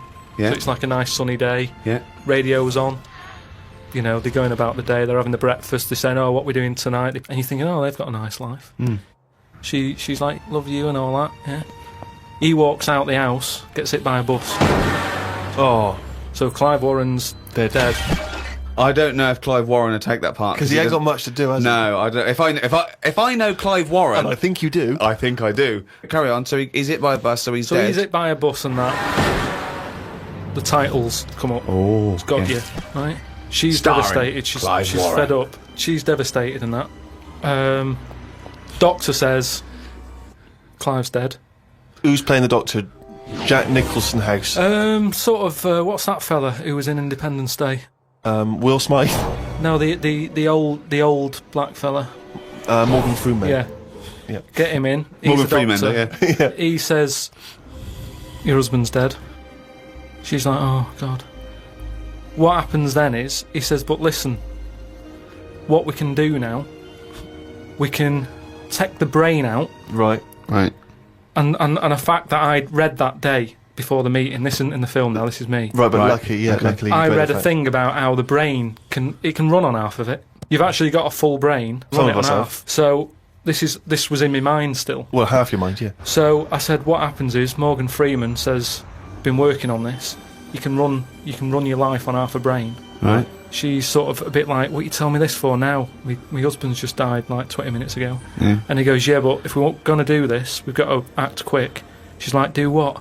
He says, whilst his brain's not fully dead, because it stays awake for a bit when you've Oh, been he's killed. not dead then. Fine. No, but Wait. he is. But they found out that Right. it stays awake a little bit. No. So- No, he's gone. No, You're no. hit by a bus. Yeah, no, he's dead. If the brain's dead, you are dead. Clive Warren's dead. And if the brain's not dead, you're not dead. No, but it's like people in a coma. They're dead, aren't they? But No, the brain no, isn't No, dead. no, they're in a coma. No, they're not They're in dead. a coma. No, they come out of comas, don't All they? right, then he's in a coma. He's been hit by the bus, but the chances are he's not going to come out of that coma. But his brain is still awake. So change that. That's easily done. Hold on though. I like this fact that he's in a coma, so they're going, look, he's definitely going to die in this coma. Take the brain out now. Pop the brain out. But why is that such a weird thing when that's what they do now? That's what they do now. What is? That's what they do. What? They do that. What? A brain transplant?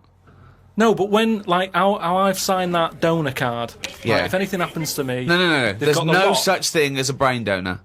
Oh, we've explained to you before. Yeah, but they're working on it. They've said something about Einstein. They messed about with his brain for ages, trying to work out if it was full of stuff. That's what they're doing. They're working on that. There's loads of things that doctors are doing that we don't know about. I've seen some weird stuff on the internet. Yeah, I know you have. Yeah. I saw a programme on Channel 5 where a monkey brain was still alive and it was stuck on a stick. And they You were poked watching it. the Magic Roundabout. They poked it and it reacted. Right. So it's still alive. It's being kept alive, and it's only a matter of time. What's the brain linked up to? As long as you can link it up to the eyes, and somehow so it can tell the arms and legs what to do, you're laughing. I love that. Imagine a team full of doctors going, well, we're going to try and do a brain transplant. Carl, as long as you can link this up to the eyes and tell the arms and legs what to do, we're laughing. Cheers, Carl. See you later. Then what happens is they say, "Do you want half of his brain in your head?" Half of his brain in her head. She says, definitely not. I'm having you struck off. She starts screaming. She calls the police. He gets Yeah, but arrested. you'd have said that years ago when people can have like someone else's arm put on their body and stuff. Yeah, but he's only in a coma. Yeah. No, but he's not going to come out of that coma. Right. So it's like this or nothing. It's Right. like, look, you know, what we're going to do here? We can either turn the switch off, Yeah. or we can put his head in your head. But why would So why? what he does? So what they do then? They're going to take half his brain. Half of his brain, take Put out half of hers, pop it in place Why would she do that? because she loves him. But hold on. Well, no. Wait. What would she then be? Because this is what I'm trying to tell you. Okay. Sorry. What happens is he explains all this. So I mean, this would probably cover about 20 minutes in the film, but I'm just rushing it. I just rushing switched it off, up now. but yeah. No, you wouldn't. This bit would have you. So what? Well, what I'd have actually left when I wouldn't have even gone in to see a film starring Clive Warren and Rebecca De Mornay, unless it was 1985. So the thing is, she's the same as you. She says the same thing. She goes, "Why would I do that, doctor?" And he goes, "Well, what will happen is, he's gone, but you'll have his thoughts. So in the morning when you say, 'Oh, I don't know what to have,' well, I have cornflakes. his bit of the brain will sort of say, Have a Weetabix. have shredded wheat or whatever. And she's like, oh yeah, good idea. Sorry. So the point of this film is that the dead man can remind her what breakfast cereal she likes. Yeah. So the thought... What do you mean, yes? So that's it, is it? No, that's not the only thing. Wait a minute, this is only Act 1. That's just the first bit. Everything's going well. She has it done. So who is she? Is she herself? She's Rebecca Nimone, Yeah. but now With and again with him chipping in with a bit of voiceover. So the idea is it's all going well at the beginning, and she's... So she can't decide what dress to wear. She's had half of her brain taken out and put in a bin, Yeah. okay? And Clive Warren's half has been put in there. So now she's walking round, okay? So she's like a schizophrenic. No, like I say, the brain is alive, so it's all going well when she leaves hospital, Yeah. and she gets the first taste of it, and it's a bit weird to get hold of, because she's sort of... I think when she signs herself out, he's sort of fighting, writing his name and stuff, so there's a few sort of technical things that she has to get used to. And does Clive's brain What does know he that think? he's now inside her brain? Does that matter? Well, I would say it matters because otherwise... Yes, it does matter, Carl. What's he thinking? What's the point of this? Why has she gone along with this? Because she really loves him. But what's in it for him? What does she think? Well, say if I died, Yeah. and Suzanne said, go on, I'll have half of Carl's, right? She would wake up in the morning to a thought of me sort of going, oh, you never guess what I've just thought about or whatever. I'd still be there. The rest of your body is sort of waste, isn't it? But Carl, the rest of your body's sort of waste. No, it is, kind of. When someone dies, it's Yeah. not that person anymore, is it? You can't have a chat with them. So if you could have someone's brain in your head when they're dead, you'd have it, wouldn't you? What are you talking about? Why would I have someone's brain in my head when they're dead? Well, what I've else? got a perfectly good brain. So you're telling me you wouldn't have it done then?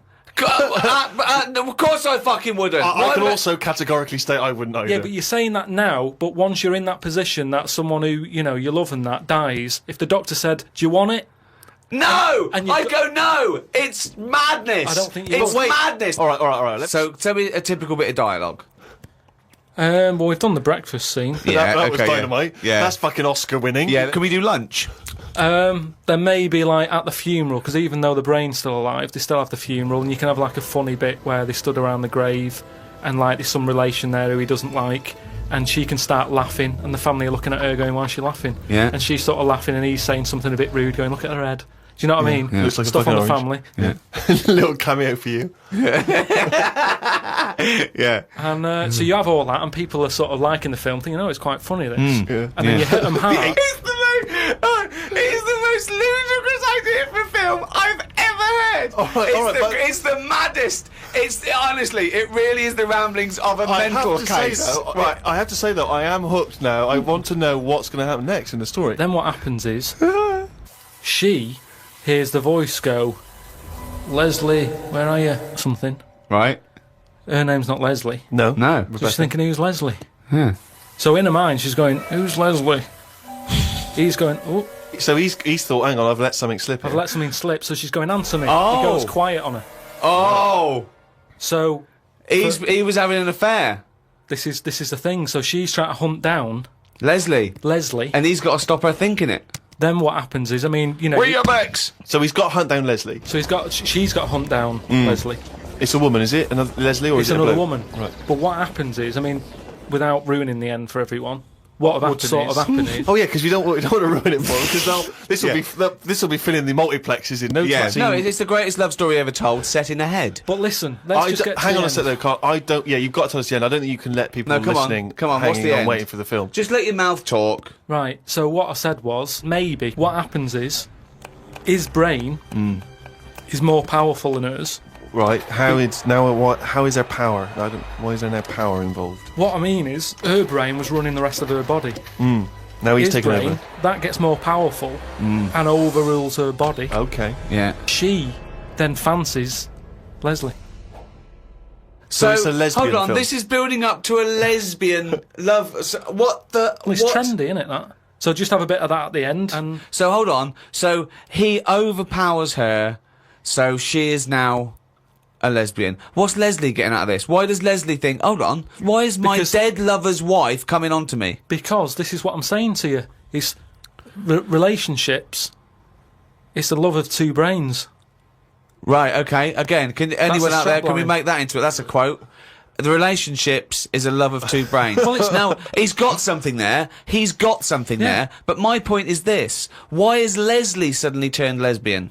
Because she loves the brain. But does she know this is Clive Warren? Rebecca will say something now and again, like, "Oh, I like me Minge. I like my food done like this or whatever," and it's all about Dave I like likes my food cooked. Wait a minute, Clive Warren on this food cooked. Yeah, I'm in two minds about this bacon. Yeah, what I'm I going mean to turn is into a lesbian. people Shredded wheat. people like what they like, and it's the same way, like I've said to you before, with someone who's been going out with a woman and then is found out that she's got a twin sister, and they divorce that first twin and go out with the other twin. It's all the same. You're after the same thing, aren't you? Yes, but that... When a cat dies, you buy another one. It's the same thing. You want that same. Yeah, but you love don't for necessarily something. switch your sexual orientation. In the case of your twin scenario, they both look the same. Yeah. Has there ever been one where it's twin boy and girl? Go, well, I was going out with her, but I mean, he looks a bit like her. Yeah, I loved boobs, now I like cock. This is your problem. You don't know anything. And this theory about if your mouth talks enough, the brain will kick in soon. It hasn't. Oh, chimpanzee, that is written down again. Extracts from his famous diary.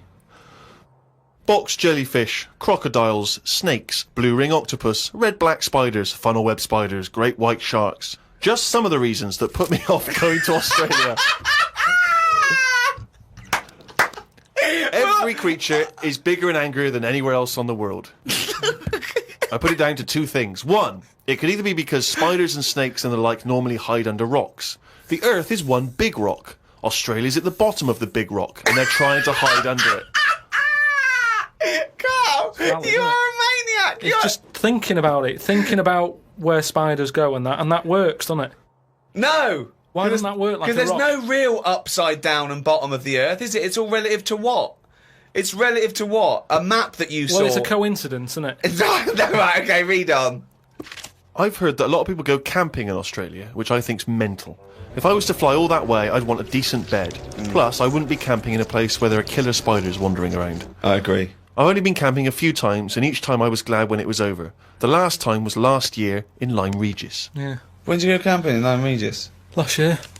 It's all right, Lyme Regis, but it was all a bit of a nightmare because I was going with my mate, and he said he knew someone who knew someone who had a bit of land in the garden. We had a bit of land in the garden. What's the point, though, innit? You know, what's the point of camping in someone's garden where there's a sort of like a spa down the road and like a pub? No, because you're by the sea, aren't you? It's getting away from it all, seeing the world. It's not if you're in someone's front garden. No, back. Oh, sorry. Well, there's even less to see except 3 fences. No, but it's private, isn't it? So the thing is, he said, oh, it's a great garden, the owners are away, and there's a toilet, an outside toilet that they have Getting for, like, away when they from have it, all, innit? parties Yeah. and stuff. So we get there, and this lad who knew about this bit of land, Someone's back garden. well, yeah, said, oh, you can't use it, they haven't gone on holiday. So now you're stuck in the middle of a big civilised conurbation called Lyme Regis. How are you going to survive? Well, we ended up just sort of keeping on the beach. But Did you pitch your tent on the beach? put the tent on the beach. We found somewhere where there was a load of rubbish. So we thought, nice. That's the place to go, yeah. lovely. No, A but municipal tip. What was it? Was it chemical waste or just like, you know... no, just Coke just cans and syringes stuff. and, Oh, uh, lovely. But listen, though, Baby you've got to diapers, think sure. about that. Rusty, what's something rusty? If there's rubbish there, it means it was a good place to camp. Why? Why? Because other people have camped there. Right. So that's how you've got to look at it. It's like, it's a way, that's like a little tip of... So you could have slept first in a thing- public lavatory. Yeah. This one's nice. What? It's covered in shit. Means other people have had a shit here. Welcome to our 5-star hotel. You'll notice vomit over all the fucking walls. So that means people have had a good time here. They got right pissed up and threw their lungs up. So that's where we put down the tent. We put down the tent there. And then what was Somebody put up annoying a is... tent, he puts down a tent. We what's her name? It was already up. It It was carried already it all they the way carried it from all the way London. there and they went, let's pack it down. the weird thing was, as soon as we set up, some other people turned up. Oh, that's all the rubbish tip. Holiday makers, They started setting up their tents. And, Yeah. oh. No, look, there's some nappies over there. Yeah. Nearer the nappies. And they offered us some sausages. All right. My mate said, oh, ignore them. That's like code for swingers. What? No! What? So there were some people cooking some sausages, Yeah. saying, "Would you like a sausages? We've made too much," and you It's said, just "No, that that's thing, code don't for talk swinging." to strangers. It's like we want to get away from it all. Yeah. We don't want someone, it starts off with sausages, doesn't it? And then But what do these people look like? they were about 45. Who are they? That A man and a woman. a man and a woman. So what was in it for the bloke? Some people like that, don't they? No, I I mean, don't know. you say, right, I want the bald one, love. If it's like wife swapping, should one of you be a wife?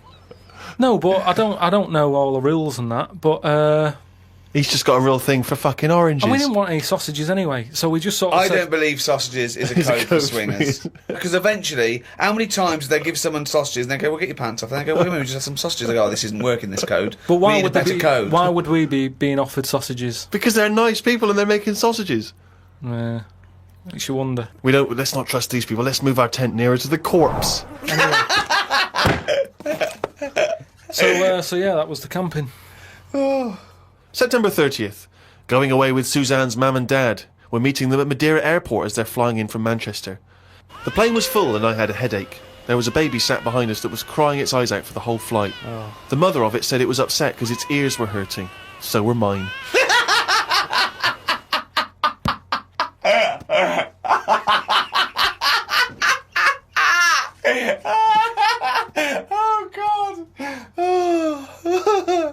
We went to try and find a supermarket. Suzanne's man was having a go at her dad because he didn't have a shirt on. She said he looks a mess and is embarrassed to be seen with him. It's their Ruby anniversary tomorrow. That's why we went away. Oh yeah. I bought a fan to put in our room to drown out the sound of the mopeds. I've heard Wayne Rooney does the same thing with a vacuum cleaner. What? If you've just got a noise that's constant, it makes you nod off. And it drowns out every other background noise. So all you've got is, like, if it's a vac, it's just... And if that's constant for, like, all night, you just nod People off. next door going, they've got their vacuum cleaner on again. But poke the chickens. That's how nuclear wars start. Yeah. It works. Doesn't work. We watched- Earplugs, drown out everything. I've tried them. I didn't like it, did I? Why not? Because I could hear my heartbeat.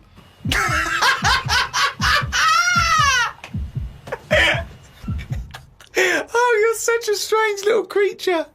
Oh. Didn't do much this morning. Just sat by the pool, saving insects that flew into it. I'm gonna die like fucking Noah.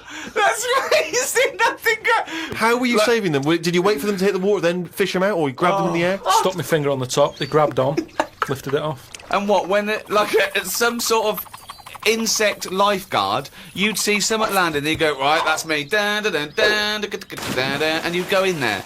But it's hard to turn a sort of a blind eye to stuff like that because you know that's something, you're witnessing death. And if you can save something, you do, don't you? You do your bit. And at night, I'd sort of think, have they learnt the lesson or will they be back and will they be dead in here tomorrow? But if they can get an extra day, I've done my bit. I can't do more than that. I'm on holiday, do your bit. I'm lucky enough to see the world, do your bit. I love it. I did my bit. I love it. I love it. I love the fact that he was running around saving flies and things. It's just something. There's something so sort of. Meanwhile, an old lady drowned Yeah. while he was saving a beetle.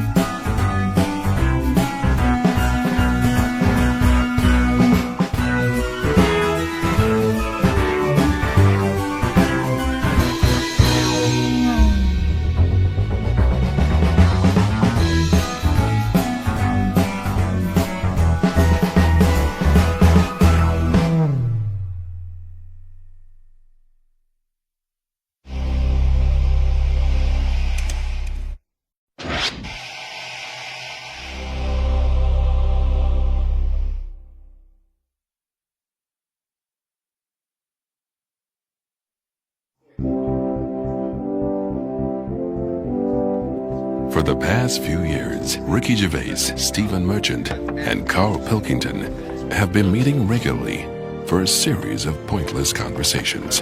This is one of them. Testing. Is that all right?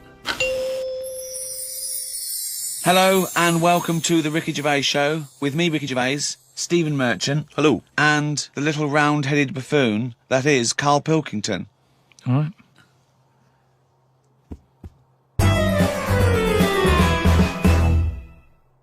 Now, Karl, I know you're fascinated by the concept of the doppelganger, of seeing someone who looks exactly like you. Yeah. Jake has emailed in. He says, Karl, if you could spend a day with an exact replica of you, okay, so somehow they've cloned you, Karl, and you've got him for one day, what would you do with this? What would you make him do? What conversation would you have with him?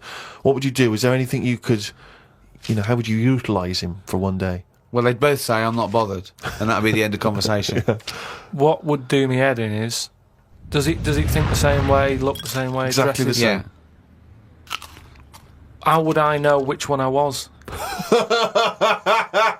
Because you'd be you. That's amazing. No, no, no. How would I know which That's one I was? incredible. No, because- that is the most stupid thing ever said by a human being. Can we get the Guinness Book of Records on this? Has anyone anywhere in the world said anything more stupid than how would I know which one was me? But think about it, this other person's going, all right, thanks for meeting up and that. And I go, hang on a minute.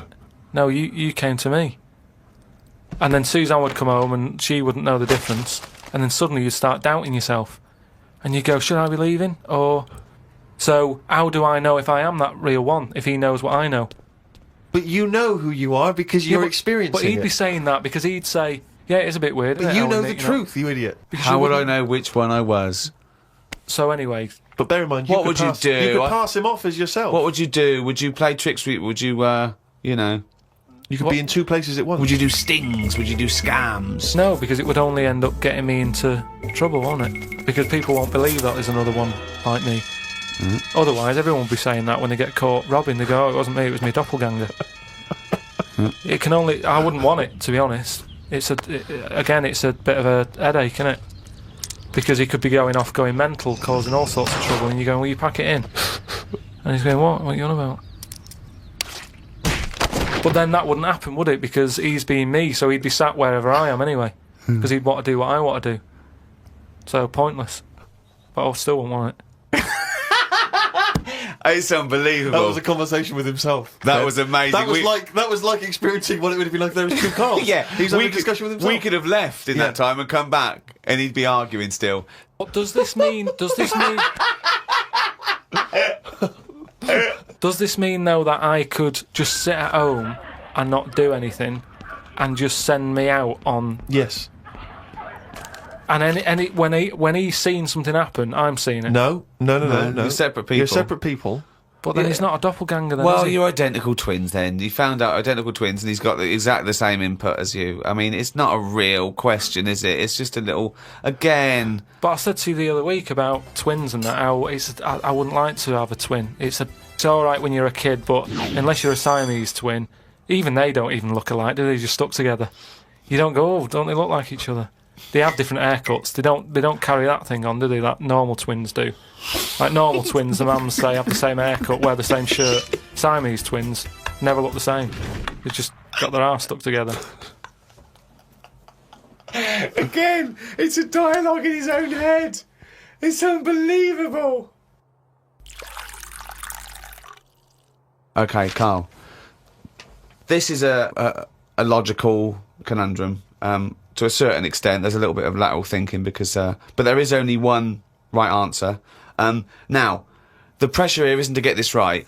The pressure is when I've told you the answer to then understand it. Because when I've explained this to people, I've laid out for them, they still can't quite get the concept. Okay, so there's two doors, Karl. Yeah. One leads to heaven, one leads to hell. Okay, they're identical. You can't tell them apart. Okay, 50-50. Right. Obviously, you want to go to heaven, I assume. Right, there's two guards, identical guards, guarding each door. Okay? Right. The one guarding hell always tells a lie. The one guarding heaven always tells the truth. you have to ask one question to find out which is which, and then go through the door you want. What question do you ask? I've only got one. Yeah.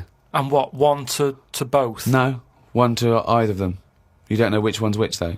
So what question do you ask? Why can't I ask, like, both of them one? Because it's Because not the rules. are you can only ask one. There aren't actually two doors labelled heaven and hell, Carl. This is a leap of imagination here. And I've definitely got to answer. I've got to ask them a question. I can't just sort of have a feel of the door to see if there's any heat or anything. They're identical. You stand a few yards away. You cannot tell from the outside of these doors which is which. What question do you ask? I can't look through the keyhole or anything. There's no Can't get anywhere keyhole. near them. Let's imagine there's a small rope that prevents you from getting anywhere near, rather like outside a nightclub. Yeah. So they stood there. Yeah. They both look the same. They're both smiling, Yeah. but one of them's not really smiling. Really, he's trying to make me make a mistake, isn't he? Well, he's just going to lie when you ask him a question. If you ask him. So what's the point in asking a question? Do I know one of them's going to lie? Yeah. But would they be neighbours like this? Would they be that close? Why? I mean, we're not sure if these two guys get on. Because it's a logical. Well, I'll tell you the answer. No, I want to see if he can get it. He's almost there. No, he's not almost there. What am I thinking? So- No, hang on. Right, so you go up and you Yeah. go. You Right, go, hang on. Well, look, let's imagine that. Let's imagine Ricky and I are those two guys. Okay, right? But we have to. Well, me and Steve will decide which doors we're guarding. Okay. Right. I'm. Look away, Carl. Okay. Right, then. so we've decided. Okay, one of us is guarding hell and one of us is guarding heaven. Which question you're going to ask and who you're going to ask it to? Right. I'll just say to you, Steve. I'll go. Got some post for God here. That's not a question. That's a statement. Right, you've got some posts for God here. Well, that's not a question. Yeah, but maybe the question's coming. You got some posts for God here, yeah. And it needs to be signed. It's not a question. Still not a question. No, let So him finish. Maybe is it's a question. God in? Because I need him to sign for this post. Is he in? Well, I can answer that as well if you want. Go on. He's in. He's behind my door. Do you want to answer it? Well, Yes, Do you, he's want, in. do you want to get him? Just Well, no, you've only got one question. So you're asking Steve, is God in? What's the answer? Yes. Ask me. Yes. look, lads. I'm just trying to do a job here. What am I going to do with this? Well, give it to me and I'll give it to God because he's behind my door. Steve? Yeah, give it to me and I'll take it into God because he's behind my door. You're an idiot. Let me tell you the answer. I'm guarding hell, by the way. I'm the devil. Steve's God, okay? So you asked me what Steve would say if you asked him what door he was guarding, and I'm going to lie. I know he'd say heaven because he'd tell the truth, but I'm lying, so he'd say hell. So the question is, if I was to ask the other one what door he was guarding, what would he say? And whatever the person answers is the door they're guarding. Steve, what door are you looking after? Well, Heaven. yeah. Why should I believe you? Because you don't know. No, that doesn't work. Because you asked me the same and I'd say heaven as well. Right, so who do I believe? This is where you use your gut feeling, though, isn't it? This is what life's... Well, as opposed to the pure logic that Ricky's just used. I just think because there's a lot of questions in life where you don't know the answer and you go, do you know what? I don't like the look of him. So, They're identical. yeah, but they're still identical twins. You always get a little snidey one.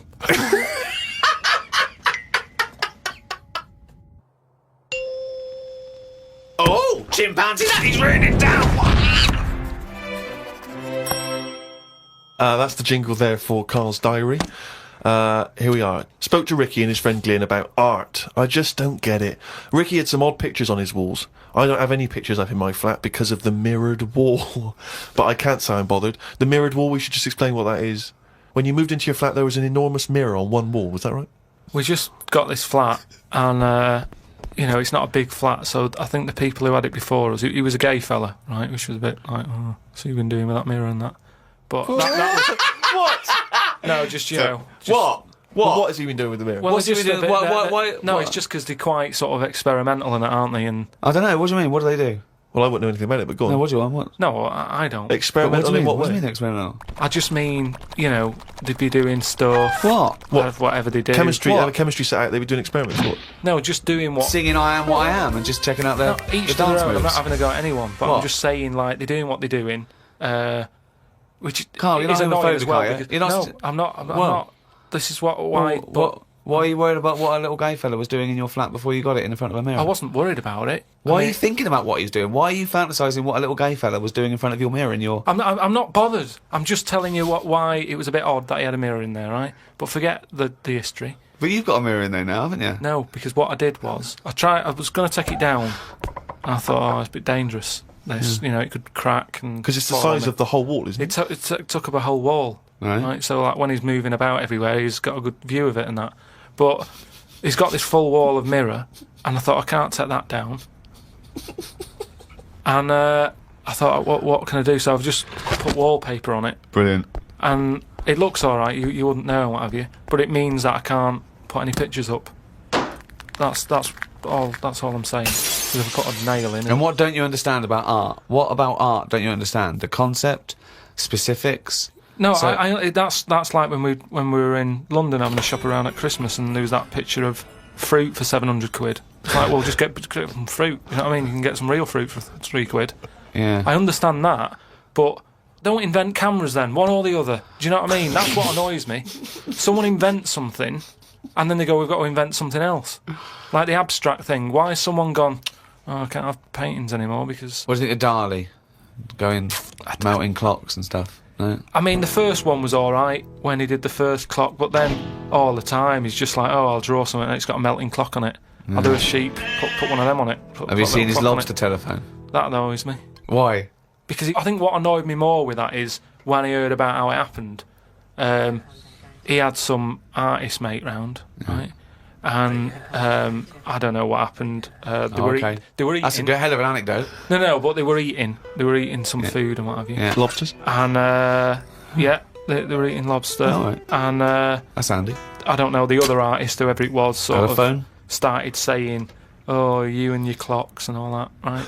Brilliant. And, This didn't happen. They started arguing, Yeah. and he chucked some of the lobster. Bollocks. And it landed on the It phone. bounced off his mate's head, went on the phone, and they both looked at each other like, "Are you thinking what I'm thinking?" And they brought out that phone as a bit of art. Things like that annoy me. Because happen. it was them just messing about. That didn't happen. Just telling you what I know. I saw his work. Each to their own, if that's what he's doing. I'm just saying, I'm not putting my stamp of approval on it. Art should be there to tell a story, not just to have a splash of colour. We know. Was Suzanne like some art? Just like Suzanne's not allowed to watch telly unless it's a favourite thing. Otherwise, she's got to talk to me about stuff. There's no art. There's no point. Just wallpaper. I'm just saying, we've got three windows we can look out of, Right. right? Stop looking at the walls, look out the window.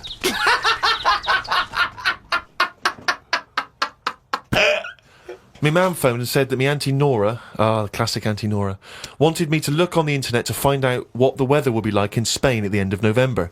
I don't know where she gets her money from. 2 months ago, she was asking me dad how much it would be to get her back garden astroturfed because she's sick and tired of the grass getting out of What does hand. she want to do? Start a football team? What does she want to back garden AstroTurf? She likes the sort of green look, but she doesn't like the headache that comes with it, so she's just looking into getting that false grass put in there. Brilliant. Don't know how much it is. But. Went round to Ricky's and had some chicken curry that Ricky's girlfriend Jane had made. Ricky and Jane were going on holiday for a few days and had arranged for Glyn to come in and make sure the cat was okay while they were away. I'm sick of that cat. I was surprised that they hadn't paid for the little shit to go away with them on first class.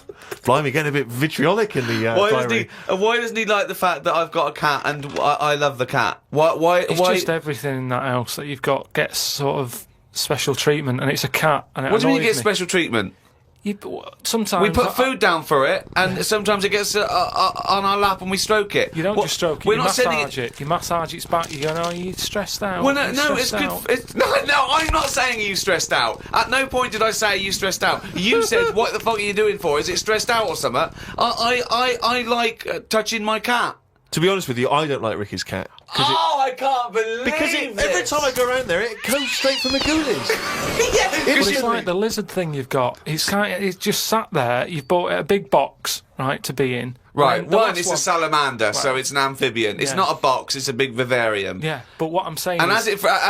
and if you're going to criticise someone for just sitting there, having a round head and doing nothing with its life, people who live in glass houses, No, we've but done this one. Do you know what gets me though, right, Steve? When I was there, I was looking at it and I thought, is it dead? Right, because he's just sat there. Like, And it was thinking exactly the same fucking he's sat thing. there, not moving, right? And then on the top of the box is like a box full of crickets and stuff. That's it. It's its food. Yeah. Right? But they were more active than the thing that it was going to feed.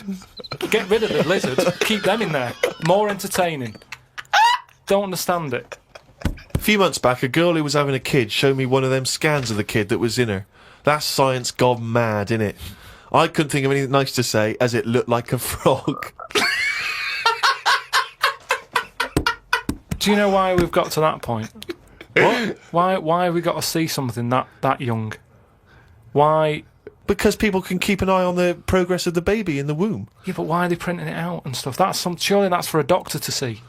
Well, that's just an added bonus for people who are interested in such But that's things. like saying, why do you take pictures of anything? No, but what I mean is, why? At what point are we going to stop?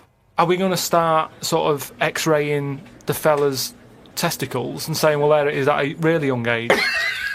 Well, where are we going to stop? It's just horses for courses, isn't it? Some people like to have a record of their baby in the womb. They That's like right. to show their baby. They're They sit excited there- about it. They sit down and they show the friends the slideshow. That's the birth. Oh, that's the conception.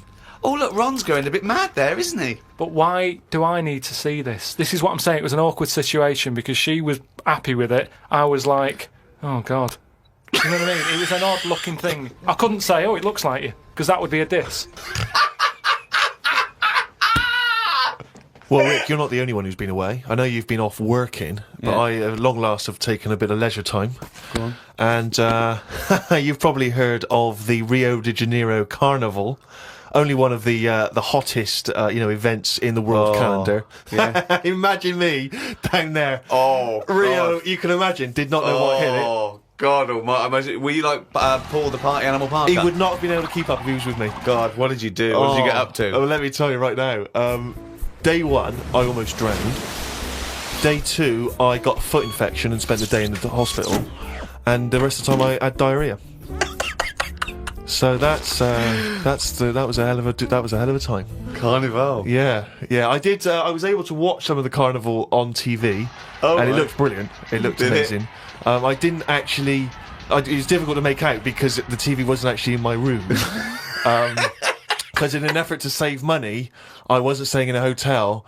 I was staying with a bunch of other people in some kind of, like, someone's flat that they'd let out. And so I had to watch the TV, like, from my window, watching a neighbour's TV. And of course, when they change the channel, often during the juicy bits, I couldn't see anything. And but it looked really good. I'm bunged up at the moment just so I can get through the show. But I've just been on a 12-hour flight, and it is terrifying being on a flight when you know that any moment you could go. Because how the problem is sometimes the toilet's free, and sometimes then you got to queue up. And the worst bit is that sort of half an hour just before you land, when they say the toilets are out of bounds now. I tell you, I went twice before that in quick succession. The woman sat next to the toilet. She didn't know what was going on, the noises and stuff in there, and I was really panicky. Oh, Christ! And so of course then on the whole flight, as we're landing, I'm really petrified because I'm thinking this could. I packed a pair of underpants and jeans in my bag in my holdall. Just in case it all went. And I was really, because I hate flying anyway, and I hate landing because it's the most terrifying moment of the journey. Then it really was rumbling, and I was thinking, I got to get out of here. Of course, you know when you're in a hurry, everything makes you angry. The little old lady in front of me who's just hobbling along off the gangplank. Yeah. Just really annoyed. With your bad hips and your bad and legs. your Zimmer frame. I know you've been through a war, but get out of my way. Yeah. And just anyone who kind of even passes you, and so I managed to get there just in time. Got into and it all went off. Man alive, it was grim. But that was not anything compared with the first couple of days. Because the first day I went for a walk. Ipswich Beach is famous for just the beautiful, beautiful people that gather there. There's so many beautiful women in Rio. It made me angry. I was angry that these women were so attractive and that none of them were even looking at me. So, but anyway, I'm on the beach because I was shopping and I needed a wee. Right, and we went for a quick impromptu swim, and I thought, wee in the sea. Just think of him! on this beach, right, with diarrhea. Well, I'm wearing great big long shorts because I'm not going to try and compete with these boys because they And are. you are, could I say this, the whitest man Yeah. I've ever met in my life. Yeah. I mean, with his shirt off, you can see his heart like a newborn fish. Well, this is the thing. As I went into the sea to have a wee, there was a discussion about this. As I went into the sea to have a wee in Well, a litter tray. you see, there was a discussion about this because I'm very much of the opinion that you should take your trunks down, and some people, some of my friends are saying, just do it in your trunks and let the sea just wash it away. What a hell of a carnival. And I think I'm against that. I've always been against that in swimming pools, everything, you know. So I No, think, I'm against pissing in swimming pools, full stop. It doesn't matter whether you do get in, take your trunks down or don't piss But in the what about swimming in the pool. sea? Yeah, well, fine, yeah. Fine, okay, right, so- Fish do it. So anyway, so I'm in the sea trying to urinate, and I kneeled because I'm obviously very tall, so it's tricky to get deep enough for the water to mask what you're up to. So I tried to kneel down in the water, right, and I got John Thomas out, but then the water swept out again and just left me on the beach. But luckily my back was to everyone, so no one saw. I can't walked. think of a funnier sight than Steve Merchant on his knees with his little John Thomas out. I don't know how big it is. I've never seen it. But for me, I imagine it's in proportion to the rest of it, is it? I No? wish. That's all I'll say is I've been a little shortchanged. But so then I got up and I waded a bit deeper in, right? And now I was trying. I got it out.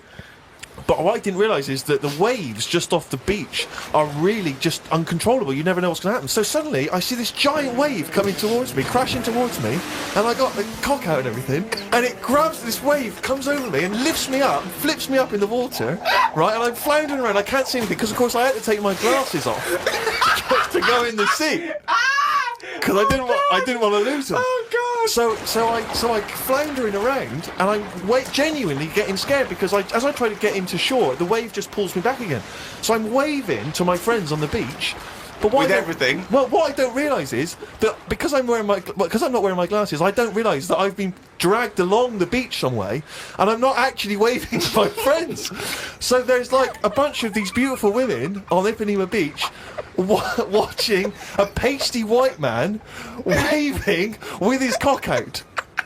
And what annoyed me was my friends were laughing, and that Steve, really angers if me. I'd have been there, I would have burst. But why wouldn't you have come running? Would you have come running in to help me? Oh, I couldn't have saved you with your glasses off and your knob out. If I ever save you, I want you to be fully dressed with your glasses on. So you'd have just let me go. That would have been what you'd said to my parents.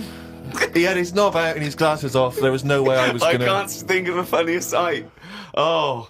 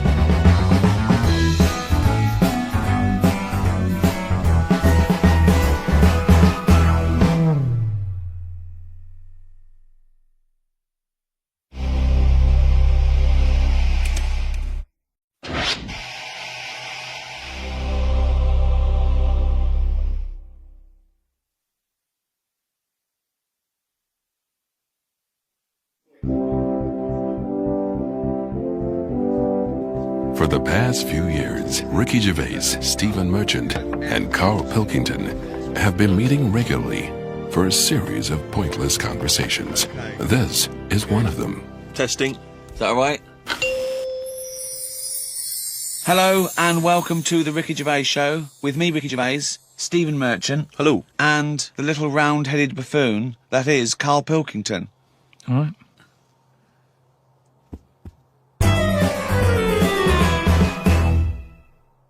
Carl, I've got a couple of little facts for you, just to try and inflame your imagination. Go on.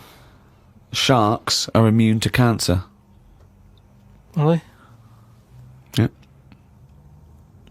So how have they found that out? Well, I don't know, but But I've never heard of any fish having cancer, though. I haven't heard of a cod being ill. So why are we focusing on that one?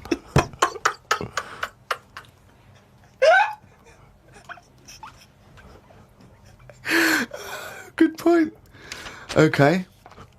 Stroking a spider can cause its hair to fall out. What, because it doesn't like it and it gets stressed out, or is it just that some people are rubbing too hard? No, I don't think it's they're rubbing too hard. I think it's something to do with it. I mean, what sort of maniac is stroking a spider anyway? My mum did it once. Really? Yeah, not to a spider. Right. It was just a little bee. She'd been out, sunny day and that. Got the washing off the washing line. She was bringing it in. Little bee sat on the top of like the bed sheet or whatever it was. Yeah. And she's in the kitchen with it, and she goes, "Look at that little bee there." She started sort of stroking its head. It loved it. How did it make it clear that it loved it? Well, it wasn't struggling. It was just sat there like, because it must have been like a bit dozy. They get a bit dozy, don't they, in the heat and that. And it just stayed there on the sheet, and she sort of stroked its head for a bit, and she had to put it out. It didn't go out. It didn't try and escape. It was like, "You've had enough now." That was that. She sent it out. She loved all that. She loved little flies and stuff, and we had Harry the housefly. What? Harry the housefly. What do you mean? It's just a fly that always seems to knock about in one corner of the room. Right, it's the same fly, was it? Yeah, it was the same fly. Yeah. How do you know it was the same fly? So whenever she saw a fly, she went, "Oh, look, it's back." Well, we weren't letting him in. It's just that it stayed in. Carl, what makes you think it was a pet housefly as opposed to a different fly every day? Because it was always in the same place, in the corner. But it could have been that something about that particular place that attracted flies rather than it was the same fly.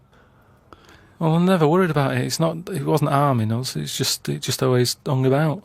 But how do you know it was the same fly? How do you I don't recognise know. it? We weren't worried about it. It doesn't matter, does it? If like we're thinking another fly's getting a bit of free rent or something, just let it stay. I don't understand why. But why no? Well, no, right, okay.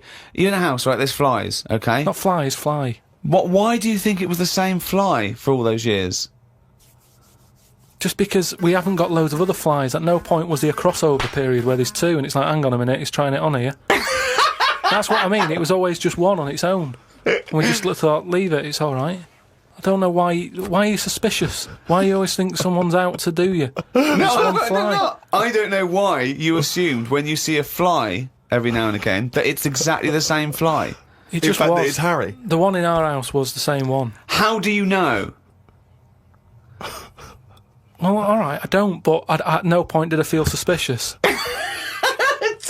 Speaking of flies, though, and that, they've got one, right? I was out with Ricky, right, and he was reading the paper. There was a story there about a fly that its eyesight was bad or something, and they've made it a pair of glasses, and it had a picture of a housefly wearing. Okay, this is incredible, Steve. Can I take over? Hang on, let me just need to finish a couple of questions for that. So there's a small fly and they've made it a pair of glasses. Yeah. So that it can see better. Yeah. And your concern is what? Well, again, it's just that thing of we're looking after everything now, aren't we? Sorry, I've got to come in here, Steve. All right. I showed you the story. You saw it. It was a picture of a housefly with a pair of glasses on. Yeah. Right. It was about a one-sentence thing.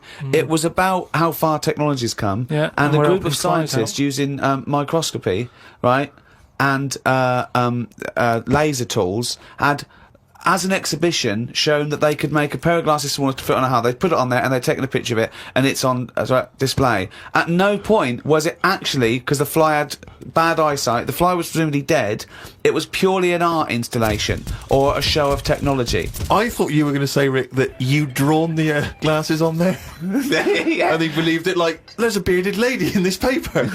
No. My God, Tony Blair looks like Adolf Hitler. No. What do you think of that, though? But they did Well, it as an flies out. experiment. Yeah, but all things start as an But experiment. why would they make a pair of glasses for a fly? How would they know he had a bad eyesight? How would they know it was the same fly? bumping into stuff? I don't know. Bumping into stuff. It's just that thing, innit, of human nature is something's wrong with something, let's fix it. And they try and help people out all the time, don't they? When No. you know, we're always doing it. We're always trying to help people out instead of just going, You've been dealt a duff card. Cope with it.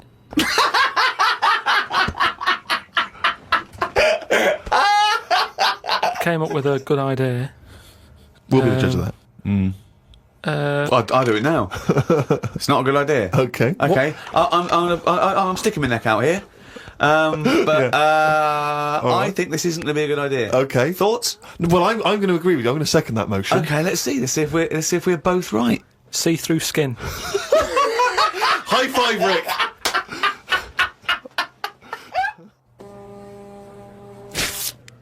We've had a few emails about the old shows. People came into them late in the season.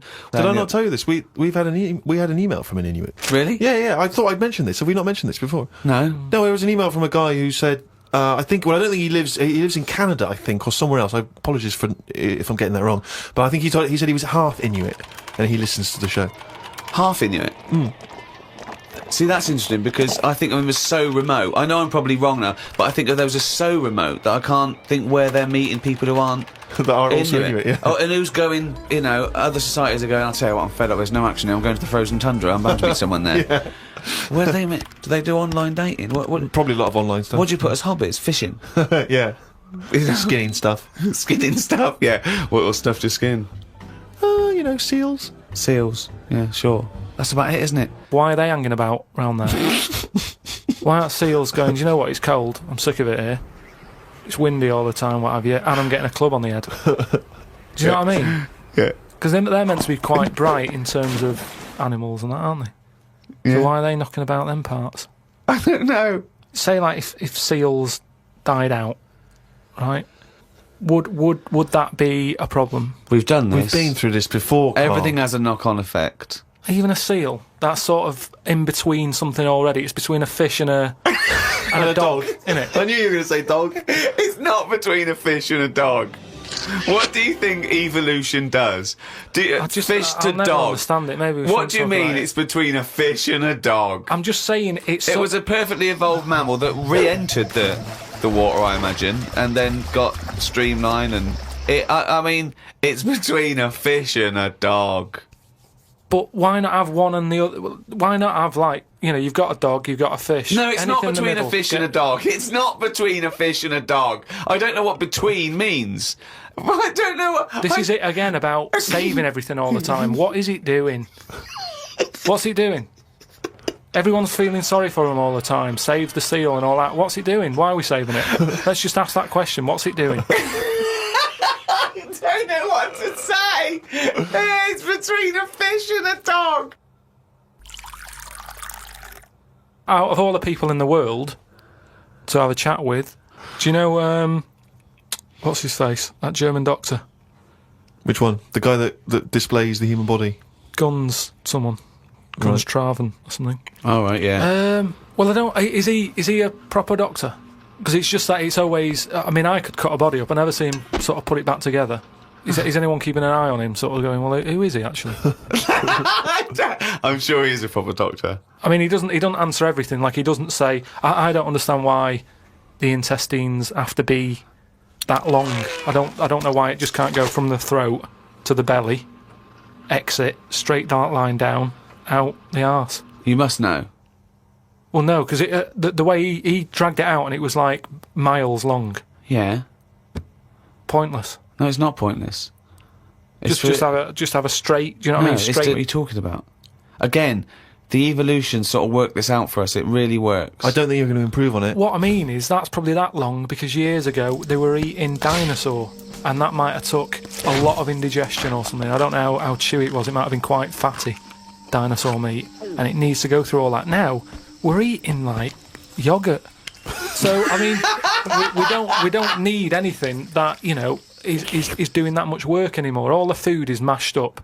Auntie Nora, right? All her food is mashed. Right? She doesn't have to chew anymore. She's got teeth, but she doesn't need them. And that's how. She's got teeth, but she don't need them. No, but that's how we're she could have her moving on. intestines removed then. Well, no, but this is what I'm That's saying. our other problem, wouldn't it? We're changing everything all the time, aren't we? I mean, there's some fella who was looking at on the internet, identical twins, right? They were sort of sick of looking like each other, so they were like, "What can we do?" Right? And one of the twins said, "You have my arm, right? And he had his arm taken off and stuck on his twin, so his twin's got like 3 arms. No, it's not true. It's on the website. No, it's not true. What, for a laugh? They were born So so they didn't have No, a but laugh. just like- what doctor's doing this then? Well, they're old enough to sort of say this is what we want, and No. Doctors don't go, well, if he wants another arm, and I'll take it. They don't. Doctors don't do that.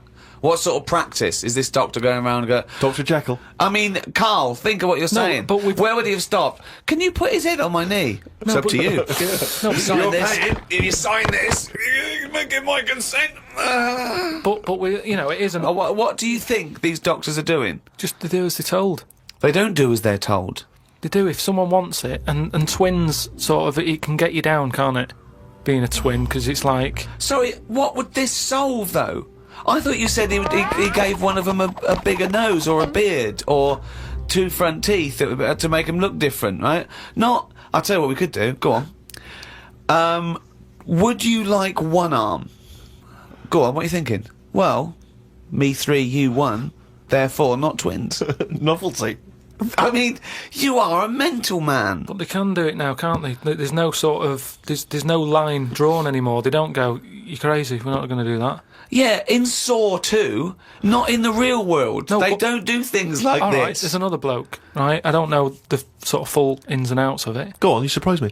but what he asked for, something happened to his tackle, right? It's penis. Yeah, right.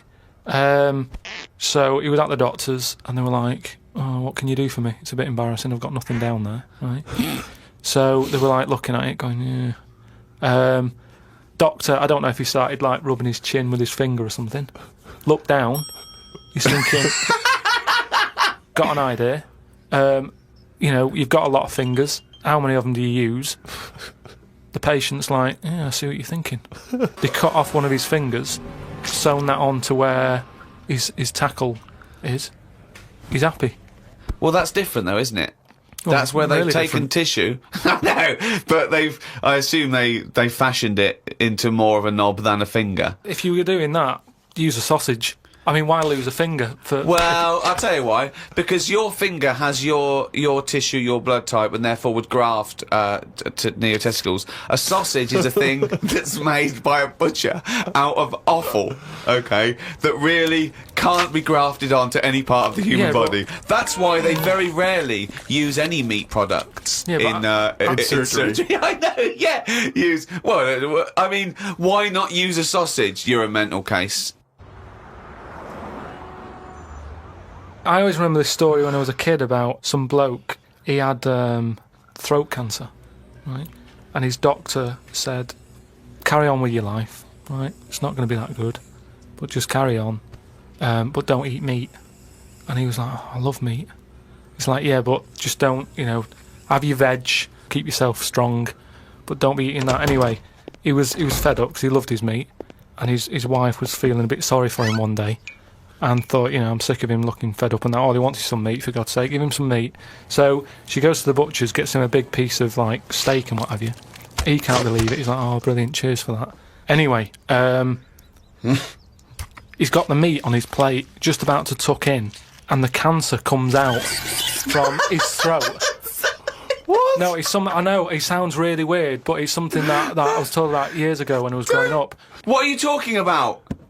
It was just some bad illness, some cancer thing, and it was coming out waiting for the meat. It was sort of dying. Again, I get a lot of your medical knowledge is from It's from the film Alien. So this guy with throat cancer, okay, as opposed to it being a disease of the cell. It was like a living. The Alien. It was Alien. So it was the animal. It was the little animal cancer. That's why What he are you wasn't allowed to talking eat about? meat. He wasn't allowed to eat meat. So it's 'cause of- sitting there. So it's actually sitting there and throwing. Well, I'll tell you what I'd have done if I'd have had some cancer in my throat. I'd go, there you go, rid of that. What are you talking about? So what happened? He choked to death on this thing, and the wife was like, "Oh, I shouldn't have given him the meat after all." Just That's listen to bollocks listen story. to your It's all. There's loads of weird stuff like that There that is. happens in medical stuff. Well, the terrible thing is, if you got testicular cancer and you eat meat, your bollocks come out of your trousers and they're all over the plate, Yeah. and you have to be asked to leave the restaurant. Oh, chimpanzee, that is only gonna bring it down to the beat. That's the jingle for Karl's diary, excerpts of which we read each week. Get straight into it. A band from the Conga have won the Best Newcomers in a Radio 3 competition. They use pots and pans for instruments. It says that the Conga is a poor, sad place. So why do people do that happy dance at the end of parties called the Conga? Right, one is the Congo. There's no place called the Conga. They come from a place called the Congo.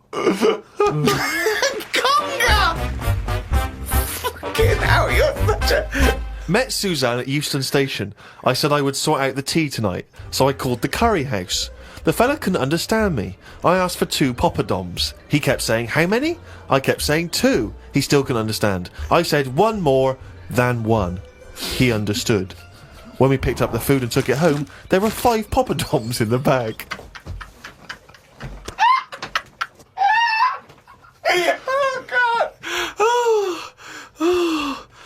Oh, God. There is a restaurant somewhere that sells knobs to eat. No, there's not. There is. No, there's not. No, there is. It says that women can't eat too many of them, and if you want a seal's knob for dinner, you have to book in advance. Right, it's gobbledygook. This is the ramblings of a madman again. It's a trend, he writes. It won't last long. It'll be like hummus.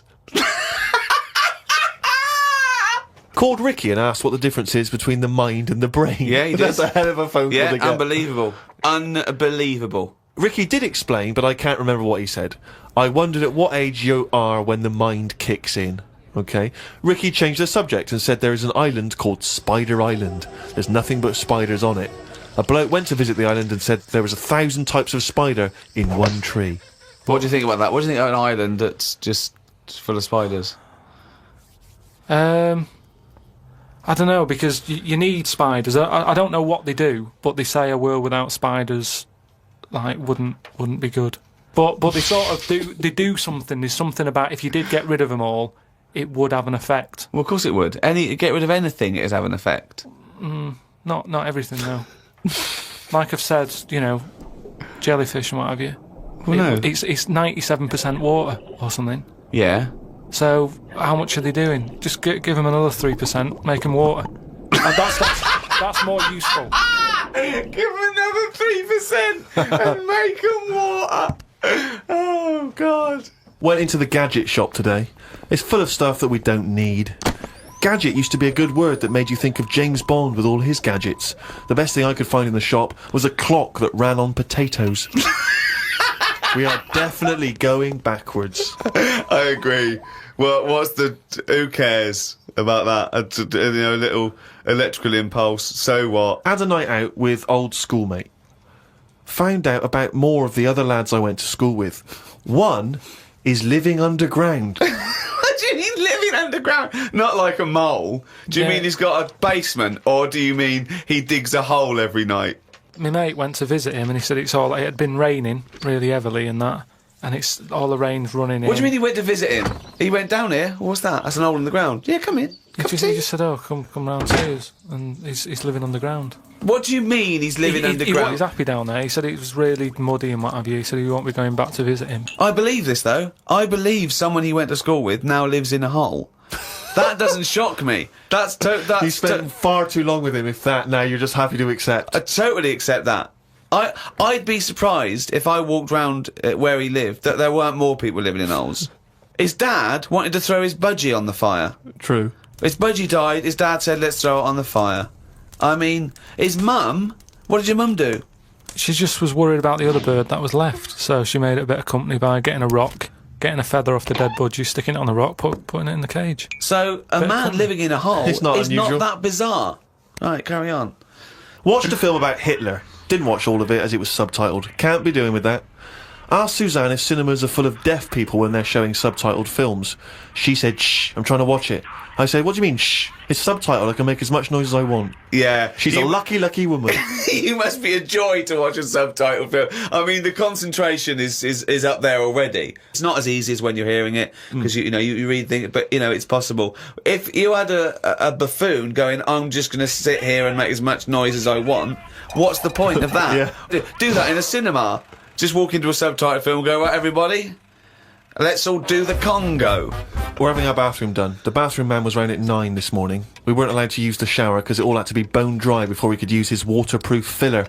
Not that waterproof then. Went for a brew with Ricky. We talked about monkeys and how they are closer to humans than they are to apes, and how bees will drink cider to get off their heads. Now and again there is a bee that lets the drinking get in the way of the work, and other bees sting it to death. Blimey. Yeah, well, there are bees. They love a drink, and they will drink pure alcohol. They love getting off it, and they fall down and they're drunk, right? But some bees get addicted in the same sort of percentage as human addiction. Like 10% of bees, they can't get enough of it. They take ethanol, they take cider apples and that, and then when they get back to the hive, they go in a bit pissed, and they've got guard bees, and they go, "Come on, we've all had a drink." Bouncers. Yeah, they sort of are, right? And they push them away, and they push them away again. Then the next time they go, "Right, I've had enough," and they give it a good hiding.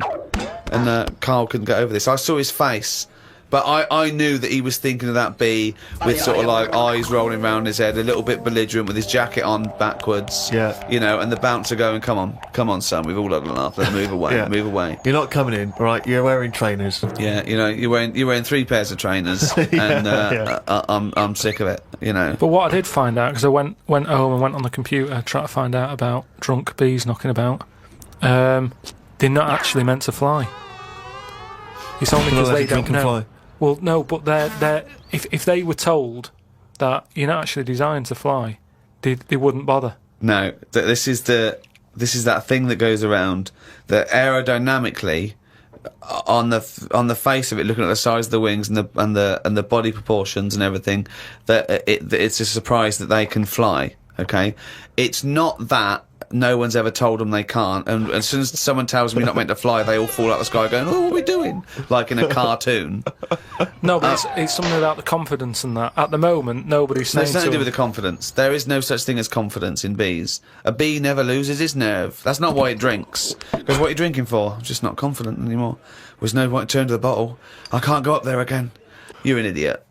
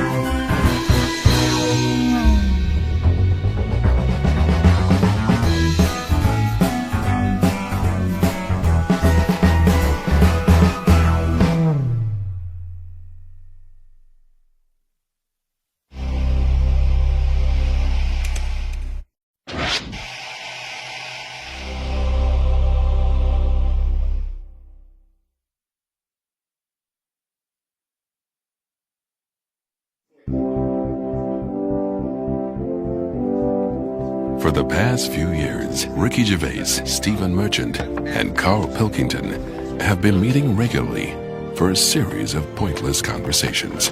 This is one of them. Testing. Is that all right?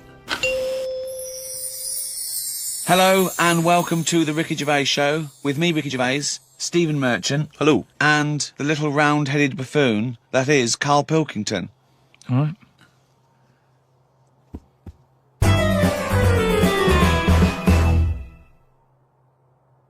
Okay, then listen. Right, I've found some things that I think will interest you, and I want your first thoughts on these. Okay. Now these are facts that I've sourced.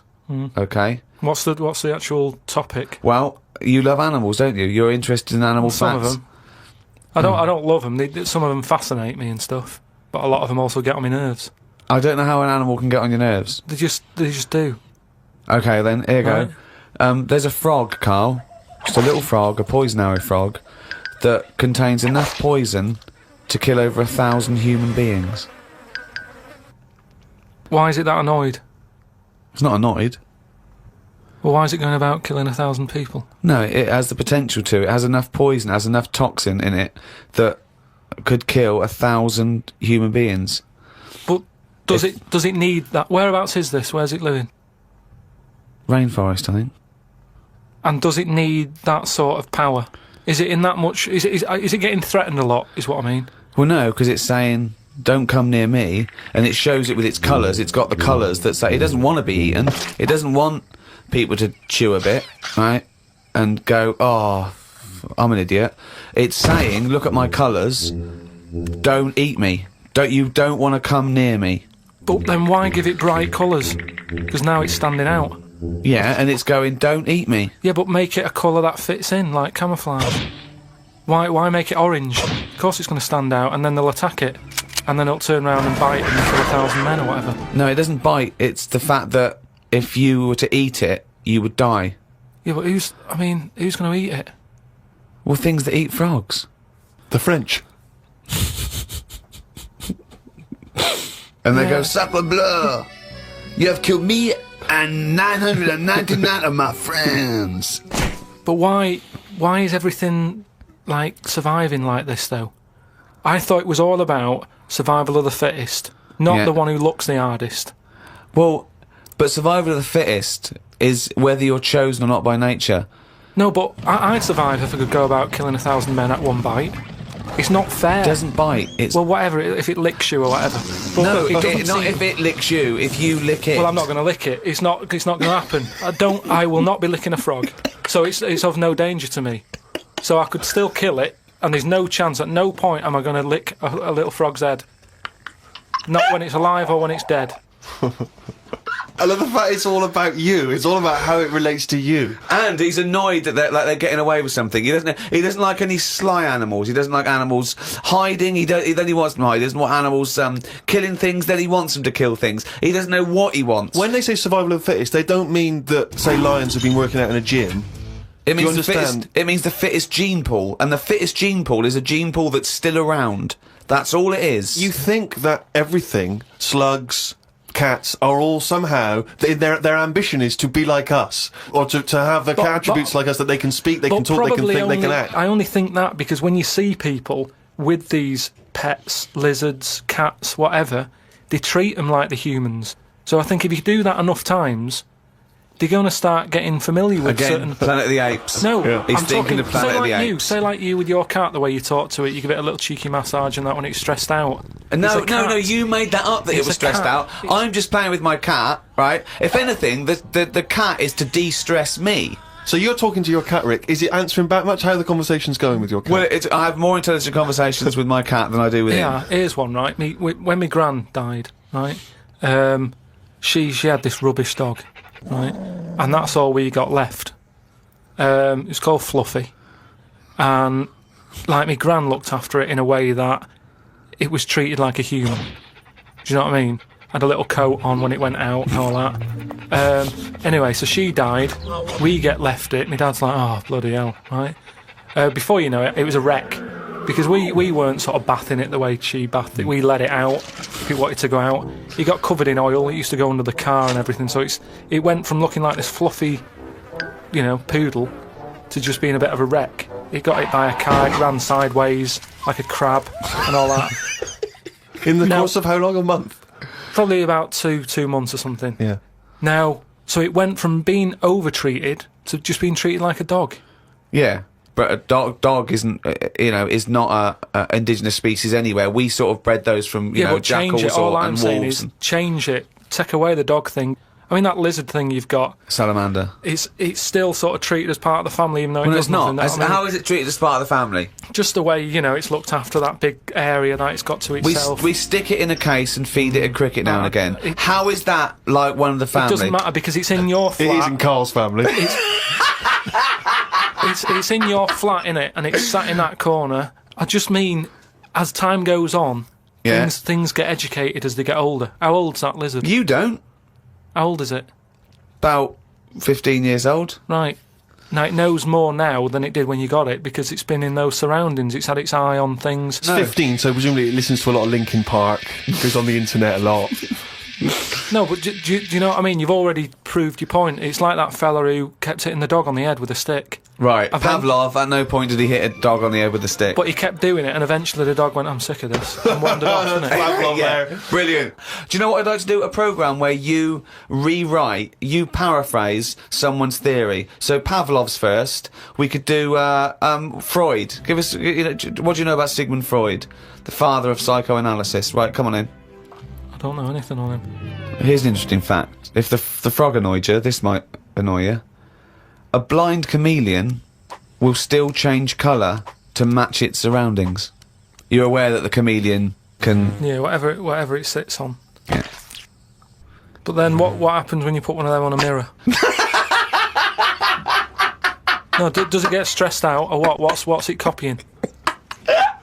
Well, it probably doesn't need to copy anything, because it looks at itself and it goes, oh, looks like that. It's brilliant. God, that was fast. That's the fastest I've ever done that. That is brilliant. So they can go any colour, there's nothing, you can put them on anything, and they'll go to the thing. I don't want you to have a chameleon, because you'd just be trying to see what it could and couldn't Try and do. catch it out. I know, yeah. Pop it on some tartan. But again, say like the frog thing, right? Pop it on the telly. Yeah. Couldn't do it fast enough.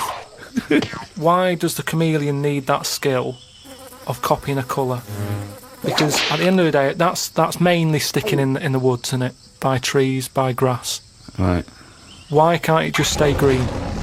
That's all it needs. Those colour changes are only for camouflage, aren't they? I don't know. Some of them are for attraction, some of them to show moods, anger. No, but I just think we're encouraging them. You see, maybe this is evolution or whatever, but at the end of the day, because they can change colour, they're wandering out of their area. They can be wandering about, through a car park and everything, just because they'll go, well, I don't want to get seen, change the colour of concrete.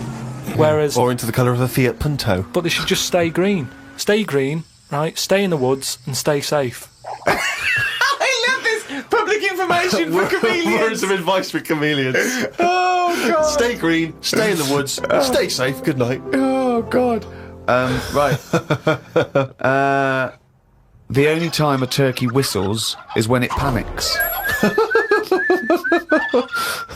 Christmas time then. Yeah. What do you think of that, Carl? It goes from one extreme to another, doesn't it? You've got a frog who's going mental, It's not going mental. killing thousands of people. No, that's not. That's got that sort of power. Then you've got a turkey who's whistling for help. You think that you should redress the balance a little bit? You want to give... What would you do? Give the frog the ability to kill 500 and the turkey 500? I don't think it should be killing... I reckon 10. 10, because... You've made your point with 10, haven't you? Do you think that he's got 1,000 in his lifetime, like he's got 1,000 to kill? I don't think you understand. I just He think... doesn't really kill 1,000 people. It doesn't mean someone goes, Frog, you have the power to kill 1,000 people in your lifetime. Choose them wisely. But I just think if it needs that sort of power... It should be fighting evil. Well, it's not... it's knocking about the wrong area, isn't it? If it's under that much danger, move.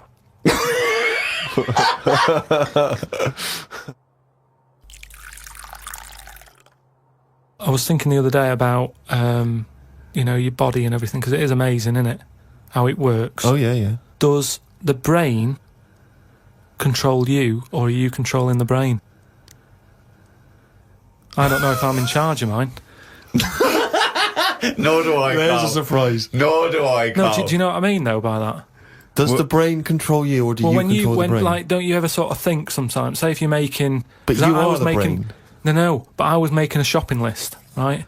Going right, I need some rice, kidney beans, and I thought I had everything, and I sort of was rolling up the paper, and then something went, oh, an onion. Your brain did Something went an onion. Was it Suzanne? No, well, my brain sort of went, you forgot something. Yeah. I didn't think I'd forgot. I was No, putting you that- are your brain. No, but don't you understand? My brain was I was in control of my brain when I was writing down rice and kidney beans. But you're not in charge of the onion. That's another part of the brain that's in charge of the onion. The onion sector. No, but I'd put the paper away, putting my coat on, ready to go and get the rice. Yes, but your onion lobe kicked in. What? So you put the paper in your pocket, you got the coat on, then you just suddenly hear Then from it nowhere, was just like onion. Yeah, I'm not even thinking about that shopping list. It's in my pocket. I'm thinking, do I need my gloves? It's cold out. Yeah. Suddenly, onion. And it was like, oh yeah, onion. Yeah, I had to get the paper out. You So had what to I'm write that saying down. is, But who's what? in charge? The brain, the mind. The brain is the. What are you doing? But Who's in that's charge? just you forgot the onion, and then you remembered the onion. You must have forgotten things in the past. No, but not like that. Not where, like, it just made me think that was weird. Who reminded me of that? You did. Yeah, but I'm not. No, you are your brain. It's not like there's you, then there's a brain, then there's an extra one looking down at it. Oh, the meta brain, the thing above it. No, but your brain. How does your brain work? You give it information, don't you? Well, it takes. Do you mean you give it information? Well, It's doing it, if isn't I it? sat in a room with nothing, not feeding it anything, it wouldn't know anything. No, but there's this thing But that there's then- two yous. It's this thing that there's There's this. Carl and Carl's brain. Yeah, there's not a duality in this. If you go, come on, now think. That's the brain saying that to itself. It's not. There's not two people in there having an argument. Come on, brain. And the brain's going, oh, don't you start, I was thinking then. And the other thing's going, brain, onion. And the brain goes, Carl, onion. You are your brain. If you are anything, you are your mind, your brain, your collection of memories, your personality. You're not what you look like. Does that answer your question, Carl? What do you think of then? You were thinking of a tortoise on a skateboard then when I did that last sentence, weren't you? You know, whilst you've been working on that, I've been travelling about a bit. Went to Dorset, right? Nice beach there. And you know those huts you get, like a hut on the beach, and Oh, where you get changed? you can get changed in it, but they're better than that. It's like you can put a telly in it, sofa if you want. Oh, you don't mean the Victorian changing hut? Yeah, You those mean sort like... of things. It's sort of bigger than that. Yeah. And we're walking down there, and there's a really sort of big fat family in one of them. There's about 4 of them, and you could tell that they'd never had a game of anything. Do you know what I mean? They Yeah. just sit down there, eating ice creams, looking at the sea and what have you. And the weird thing is, the little fat kid, the youngest one, who must have been, I don't know, about 8, he was really fat to the point of you couldn't see his neck. Yeah. And he sat at the front of his mum and dad and his older sister. He sat there and he had a frisbee, and I thought, look, they don't want to play with him. I mean, that's an active game to play, isn't it? Yeah. Frisbee. As we got closer, he was just using it to eat Maltesers out of. I just thought, even again, you know, the one active thing he's got, he's using it to eat out of. Yeah. Extraordinary. And that just sums up what people are like now when it comes to keeping fit and activities. Oh, that's fantastic. One thing I've noticed that because I occasionally go to the gym, and you know those guys who work out constantly to give themselves extraordinary physiques. Just they're on the trip, they're on the weights, and they're really. And I notice in the summer particularly, those guys cannot wait to get their shirts off. Yeah. Everywhere you see, they're walking around. If they've got a good torso, they are walking shirts off. Even I think if you go to nightclubs, I notice there's always one guy who's thinking, well, I have put so much work into this body, I have got to get my shirt off on the dance A floor. vest, yeah. You know, and it comes straight A off. brand new tattoo. I'm not covering that up. Exactly. I've paid a lot for it. Let's see it. Yeah, yeah. But that's what we were saying about bodies. I can't remember why we were talking about it. We've got to a point in science now that you can change a head. Right? No, well, that doesn't make any sense at all. It was a program on. It was done in the 50s or 60s where they stuck a monkey's brain on a stick and had it wired up and it still worked. Right. Right. Okay. And that was in like the 60s or Right. whatever. Okay. Well, So- to say to change a head makes no sense at all. Because if you put a different head on a different body, you're changing the body. Yeah, I know. Well, that's what I'm about to say to you, though. What? That's what I'm saying. That I'd be more confident if I had someone else's body, because if anyone dissed it, I can go, no, it's bad, innit? But it's What not are you mine. talking about? Well, it's like, say, As opposed to someone else's head? yeah. Well, What, it you'd wouldn't be rather- me, would it? The head is me. Well, of course it is. That's what I mean. Yeah, So the what do you head's mean? me. You'd be happier having someone else's body? What, than your own? What I mean is, say if you're wandering about, for some reason, there's an incident. You have to take your top off and that, and everyone's looking at you, right? And you're a bit sort of, you know, you haven't got the muscles and that, you haven't got the 6-pack, Right. which isn't that nice anyway. I don't know why that's become a nice thing, really, seeing the insides of you. You might as well.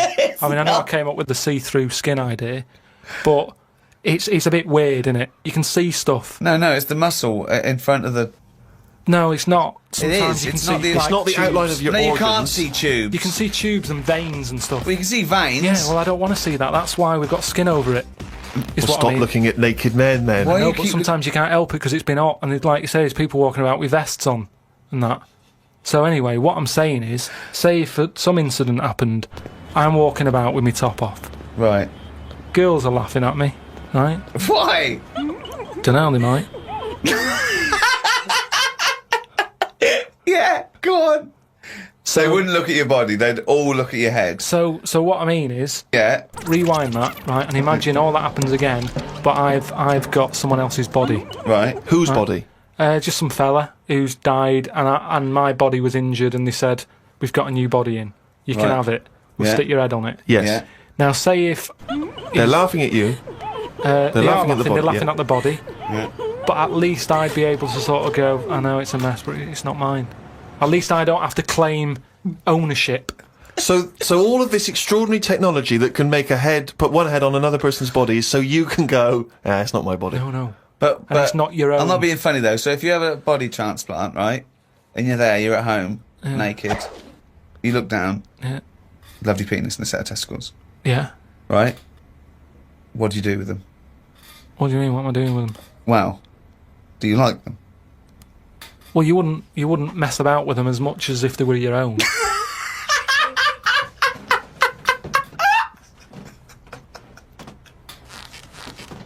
But if you did mess about with them, would you feel guilty that you were messing about with another man's testicles and penis?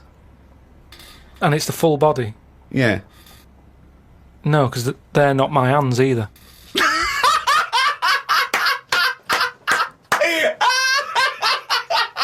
You're a genius! You're a fucking genius! So what you're doing is watching someone else wank. Yeah.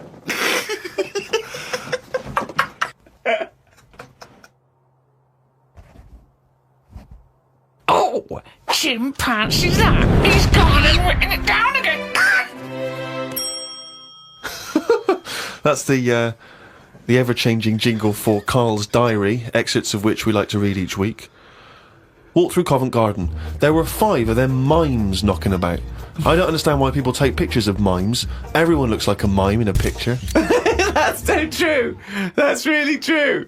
If the point is they're staying still, if that's their skill, a picture won't tell that story. That's absolutely true. My dad took the cat to be put down today because it kept bumping into things since losing its sight. My mum said she's not going to get another one. She said the parrot is looking worried as it's seen the budgie and the cat go in the space of 3 months. Your mum said the parrot's looking worried. What happened to the cat then? It gets into a lot of fights. It lost one eye, and then it got into another fight and lost another. Oh, and it was just walking around bumping into stuff. The vet sort of said, we can do stuff to keep it alive and all that, but it's a bit out of order, isn't it? Because it costs a fortune. They shouldn't tell you. But Mum and Dad can't afford to have eyes put on it and stuff. no, you can't have eyes put on a cat anyway. No, but they said, we can do something here. We can What? have its eyes sorted out. But I don't think you should be allowed cats. Why? Not the Pilkington family. Why not? Well, They they have keep good dying. lives. Yeah, I know, but they have good lives whilst they're still knocking about. It's just that we get through them. It's a good job you're not going to have kids. Oh, God almighty. I can't believe it. A mate sent me a story on email about a bloke in China who has this weird illness that means he can't have his picture taken.